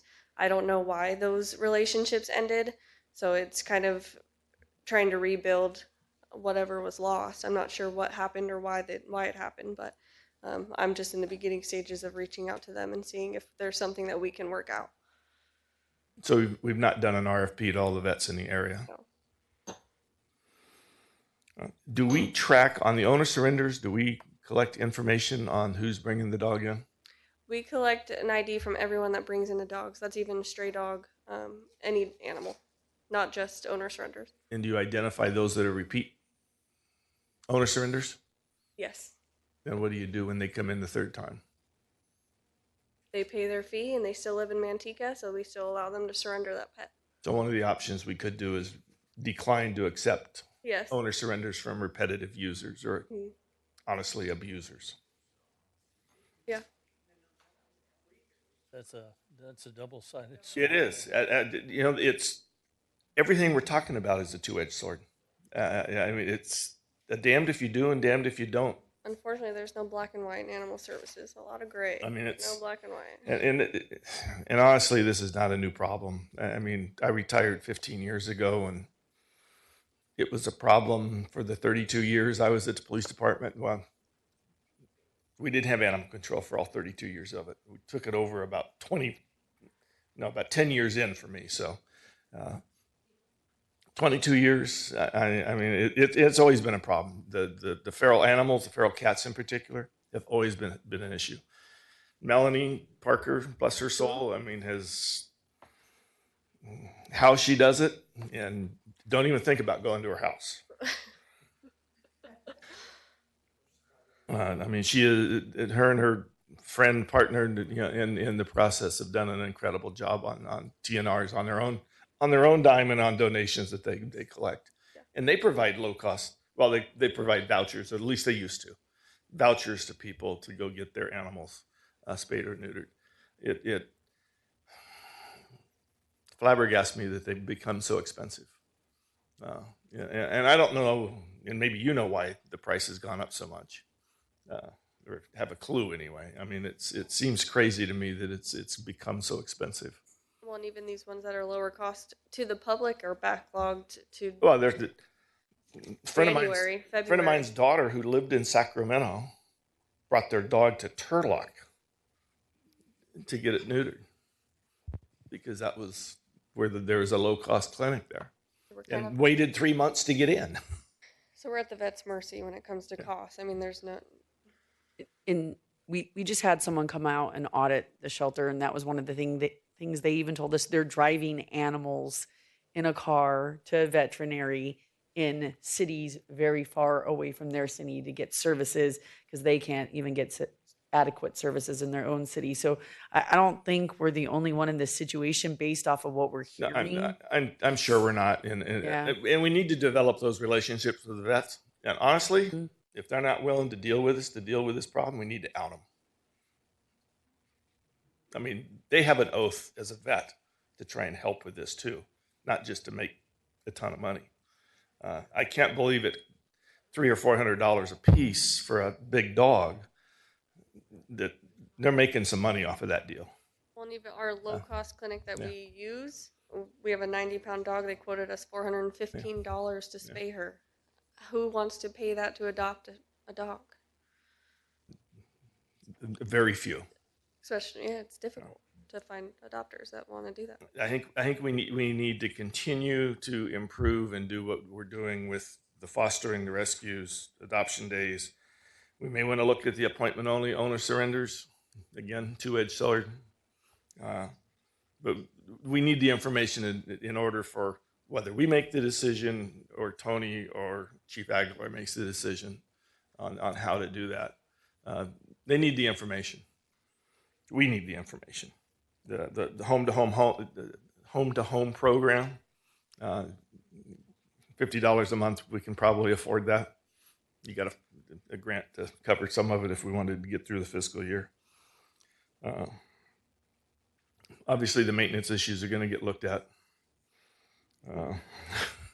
Yeah, we'll get someone to look at the swamp cooler and Public Works is already going to take care of the lawn. So Mowing the lawn. So thank you. I believe it was Raquel. Yeah.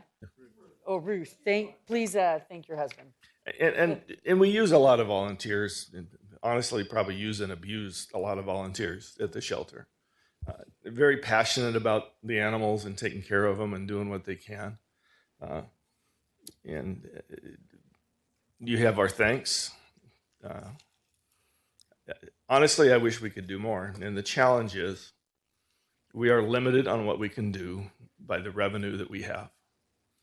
I mean, and I'd love to say, okay, we're going to spend $500,000 on the shelter. If we do that, we have. I'll second that. That's not a motion. Because now you have to identify the copper fireman you want to lay off or the position you want to eliminate. Because our budget is essentially balanced. I think there was about a $300,000 buffer on it. So if we spend $500,000 on something, it's got to come from somewhere. So at mid-year, we'll take a look at the budget. In the 22-23 budget, we'll take a look at the requests that get there. And I'm preaching to the choir here, money doesn't grow on trees. I mean, we can't spend money that we don't have. One thing I do think we can do is, it was one of the recommendations, and I believe also, is it Ruth, Raquel? One of you had brought up developing a 501c3. Absolutely. And I would say we're kind of behind the times on that. We do that for lots of other departments throughout the city, our canine. Yeah, but who's formed those?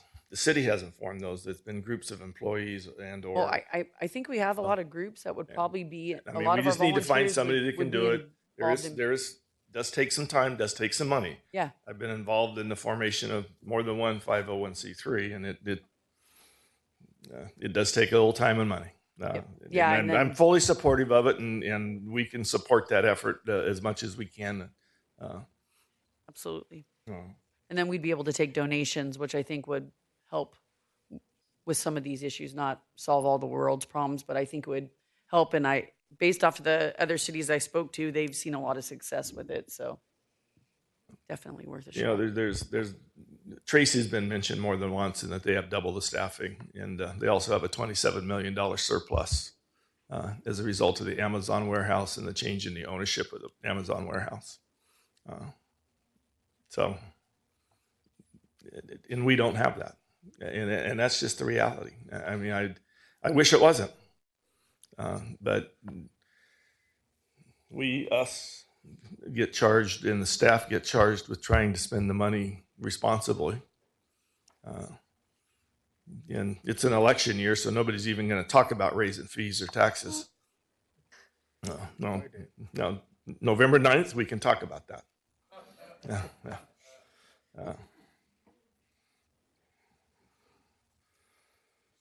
I'm trying to read my notes here because I was running out of space.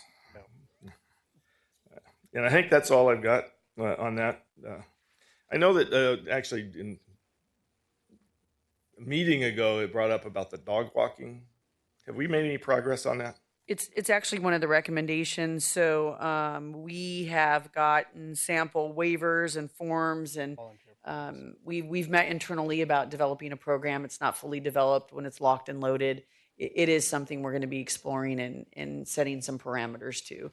And then one of the other recommendations too, Vice Mayor, that before we jump the gun on some of these things, like I said, we had someone come in and do an audit.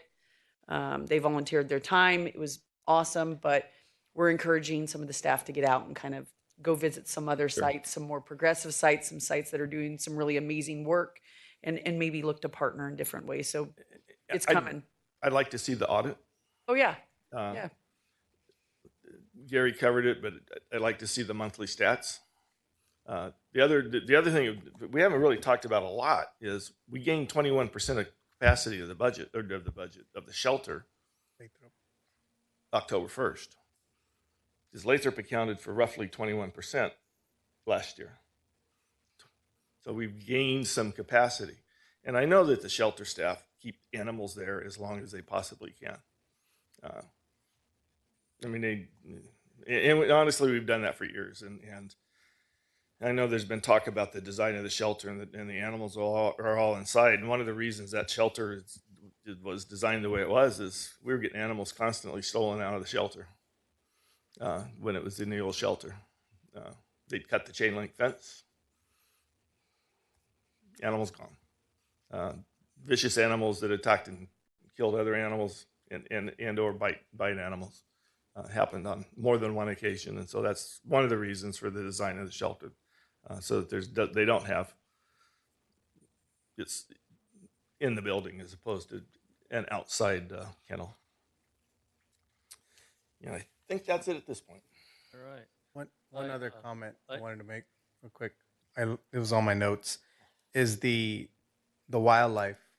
I think that's another program I think we should probably not be working on ourselves. And we are recommending eliminating that. So And I'm not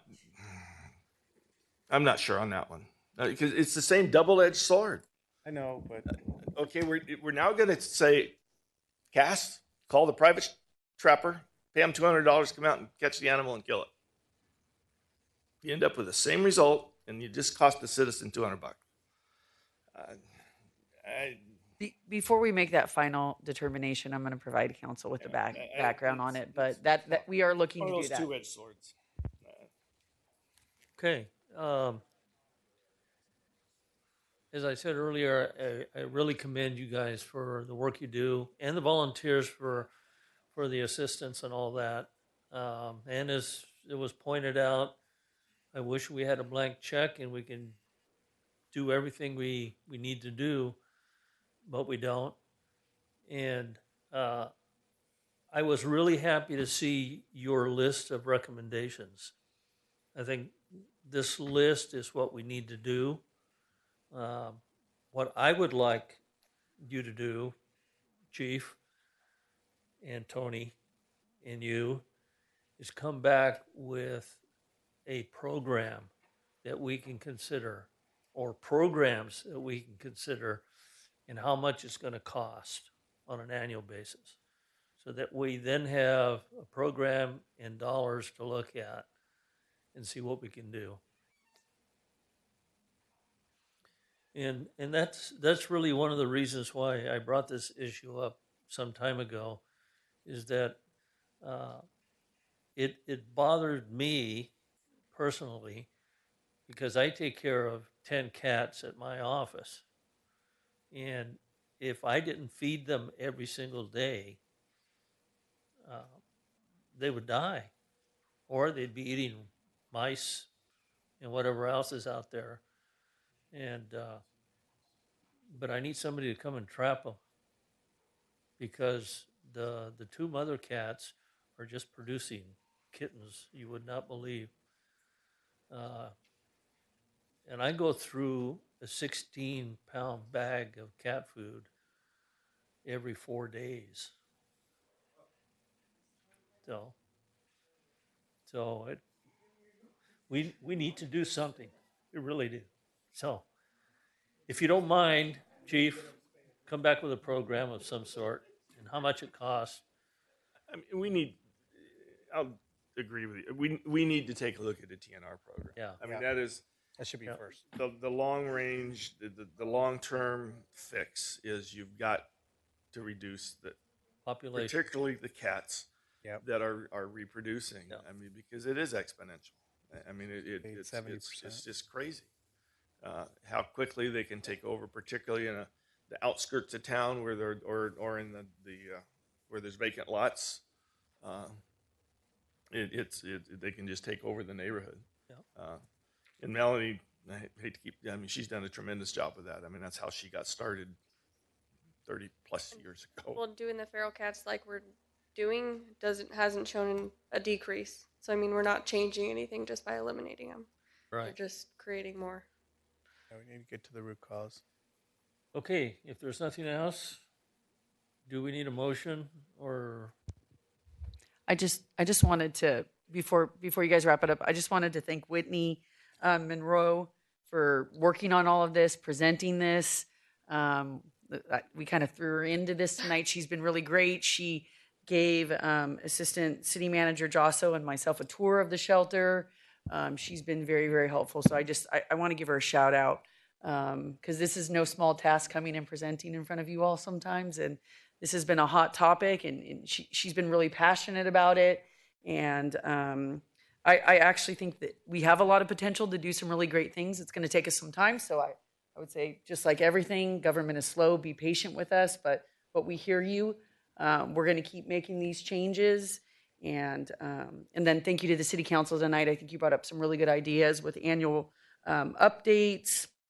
I like that, us being able to give you some monthly or quarterly information, bringing back a little bit of fees. Some of that stuff we're kind of looking at internally. We're doing some benchmarking right now on our own, but like I said, we have some more work to do. So I wanted to give you a shout out. So thank you very much. Thanks for being here tonight. You did a great job, and thank you to the council. Thank you. I just wanted to echo, because I say thank you to the volunteers. I know we have one person came from another, I don't know if you live in town or from Stockton where you work at, but definitely I get your passion. I hear it. And because of you showing up, it definitely has made a difference. So thank you guys. Okay. Any last comments? Okay. I don't even know where my agenda went. Here it is. That was it. Okay, city manager comments. You already made them. I got it. I got a couple comments, Mayor, but I'll keep it quick. So just a reminder, this Thursday, 10:20 at 10:20 a.m., we're going to be having the Great Shakeout event. So just a little bit about that. It's an event where we participate in the Great Shakeout event for awareness for earthquake preparedness. And so, we haven't done this in quite some time. We want to bring it back. And I think we have a pretty active EOC group of staff that, how we react in any disaster in our early stages really sets the tone how we quickly recover. So some of the things we're going to be doing on 1020 is we've got a YouTube link. We're going to be going over it with all of our staff citywide and talking about, if something like this happens, how do we react? A couple other things I have too is Saturday Market on Maple 9 to 2, Thursday 10/27 is going to be Barks and Brews event. So that's going to be downtown on Maple from 6 to 9. Bring your dogs. There's going to be music, beverages. It's a really good time. Saturday 10/29 on Maple and Yosemite. The city is partnering with the downtown businesses, and we're going to be doing a trunk or treat event. And I want to give a shout out to all the city departments because everyone is involved on that Saturday morning. Everyone's coming out and going to be a part of the event. So I look forward to seeing you there. And then lastly, I just want to say thank you to you all yesterday and give a shout out to Senator Susan Talamantes Eggman, for bringing forth the $16 million check that she presented to us yesterday. We have our homeless and housing manager that's going to be starting on November 14th, and I can't wait to get this moving and grooving. So thank you, and that's all I have for this evening. You mentioned we were going to have a shake and what? It's called the Great Shakeout, and so it's we're over 9 million people in California and over 43 million people worldwide. They participate in some form of earthquake preparedness, and so we are taking part in that on 10/20 at 10:20 a.m. The fire department and our human resources department have been working together. They've launched it. It was sent out in a webmaster, so you all can participate in it as well. So can we do something similar for the Great Flood? We'll have to think about that, Mayor. Okay. We can send you down one of the water slides. No, it's not the flood. That's not the flood I'm talking about. Okay. Thank you. Thank you. All right, Gary. Yeah, good meeting. Glad to finally get a chance to discuss the animal shelter. And glad to see the passion from everyone. So definitely there's good things to come in the future of it. Thank you. That's it? That's it. Nice. Charlie. Yeah, I'm glad we could talk the animal shelter. I wish I could say it was a good meeting, but it wasn't. Next time People let their emotions get ahead of them. There was campaigning from the dais. I'll be glad when November 8th is come and gone. Well, my only comment would be, yeah, the public needs to contain themselves, and the comments I made aren't going to stop after November 9th. I'm going to remind this community of the history. And I'm not picking on anybody special. Jose. I'll say I appreciated the presentation from Animal Shelter, and also just understanding how to serve that population better, because it seems like we've had a history of working towards it. I like how Vice Mayor mentioned even we had Wise and Close, a little bit of history there, because a lot of times there may be information we just don't know why. So I'm glad it came to light. That's all. David. Okay, so I think you left out one event, the shredded event. Is this the 22nd? So we want to do that. Yeah, I find it interesting that the first speaker tonight talked about code of ethics and then how there were none after that. My perception, but it's just unconscionable to attack somebody without any facts, to then bring in their family. It's just, that's not right. That's not what the city needs. That's not what staff needs. And that's not what the people up here need.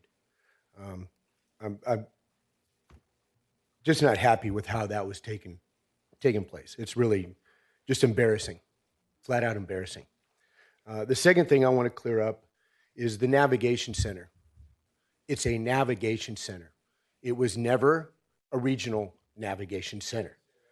I'm not talking to you. I'm clearing up an item. Okay? Not talking to you. Stop. Mr. Raff, I didn't interrupt you while you were talking. Please be quiet. And that's what I mean. That's just ridiculous. Just keep your comments to yourself. That's just ridiculous. The navigation center is just that. It's a navigation center. Mr. Flora did not refer, again, please do not interrupt me. I'm not talking about you. Please don't interrupt me. David. Roll over, David. You won't hear it out. Mr. Flores called it a fact for the region. You be quiet and let me explain. The public comments are done. Play the tape. Public comments are done. So we got to sit and take inaccuracies. I have to sit and listen to your crap. Yes, you got to sit and listen to mine. David, Stop David. it. Careful. David. Don't threaten me, mister. I'm not threatening you. Everything you say something bad is threats to you people. It's not a threat. You know, Keith Flores. this thing. You can drag me out. Keith Flores, and I'm on camera. Keith Flores stated that it was for the region. It was taken from there as a word like nobody's asked you. Copies. Okay, it's just. Yeah, nobody asked. That's all. Nobody asked. So again, Mr. Flora was referring to the project here in the city and to two projects in Stanislaus County.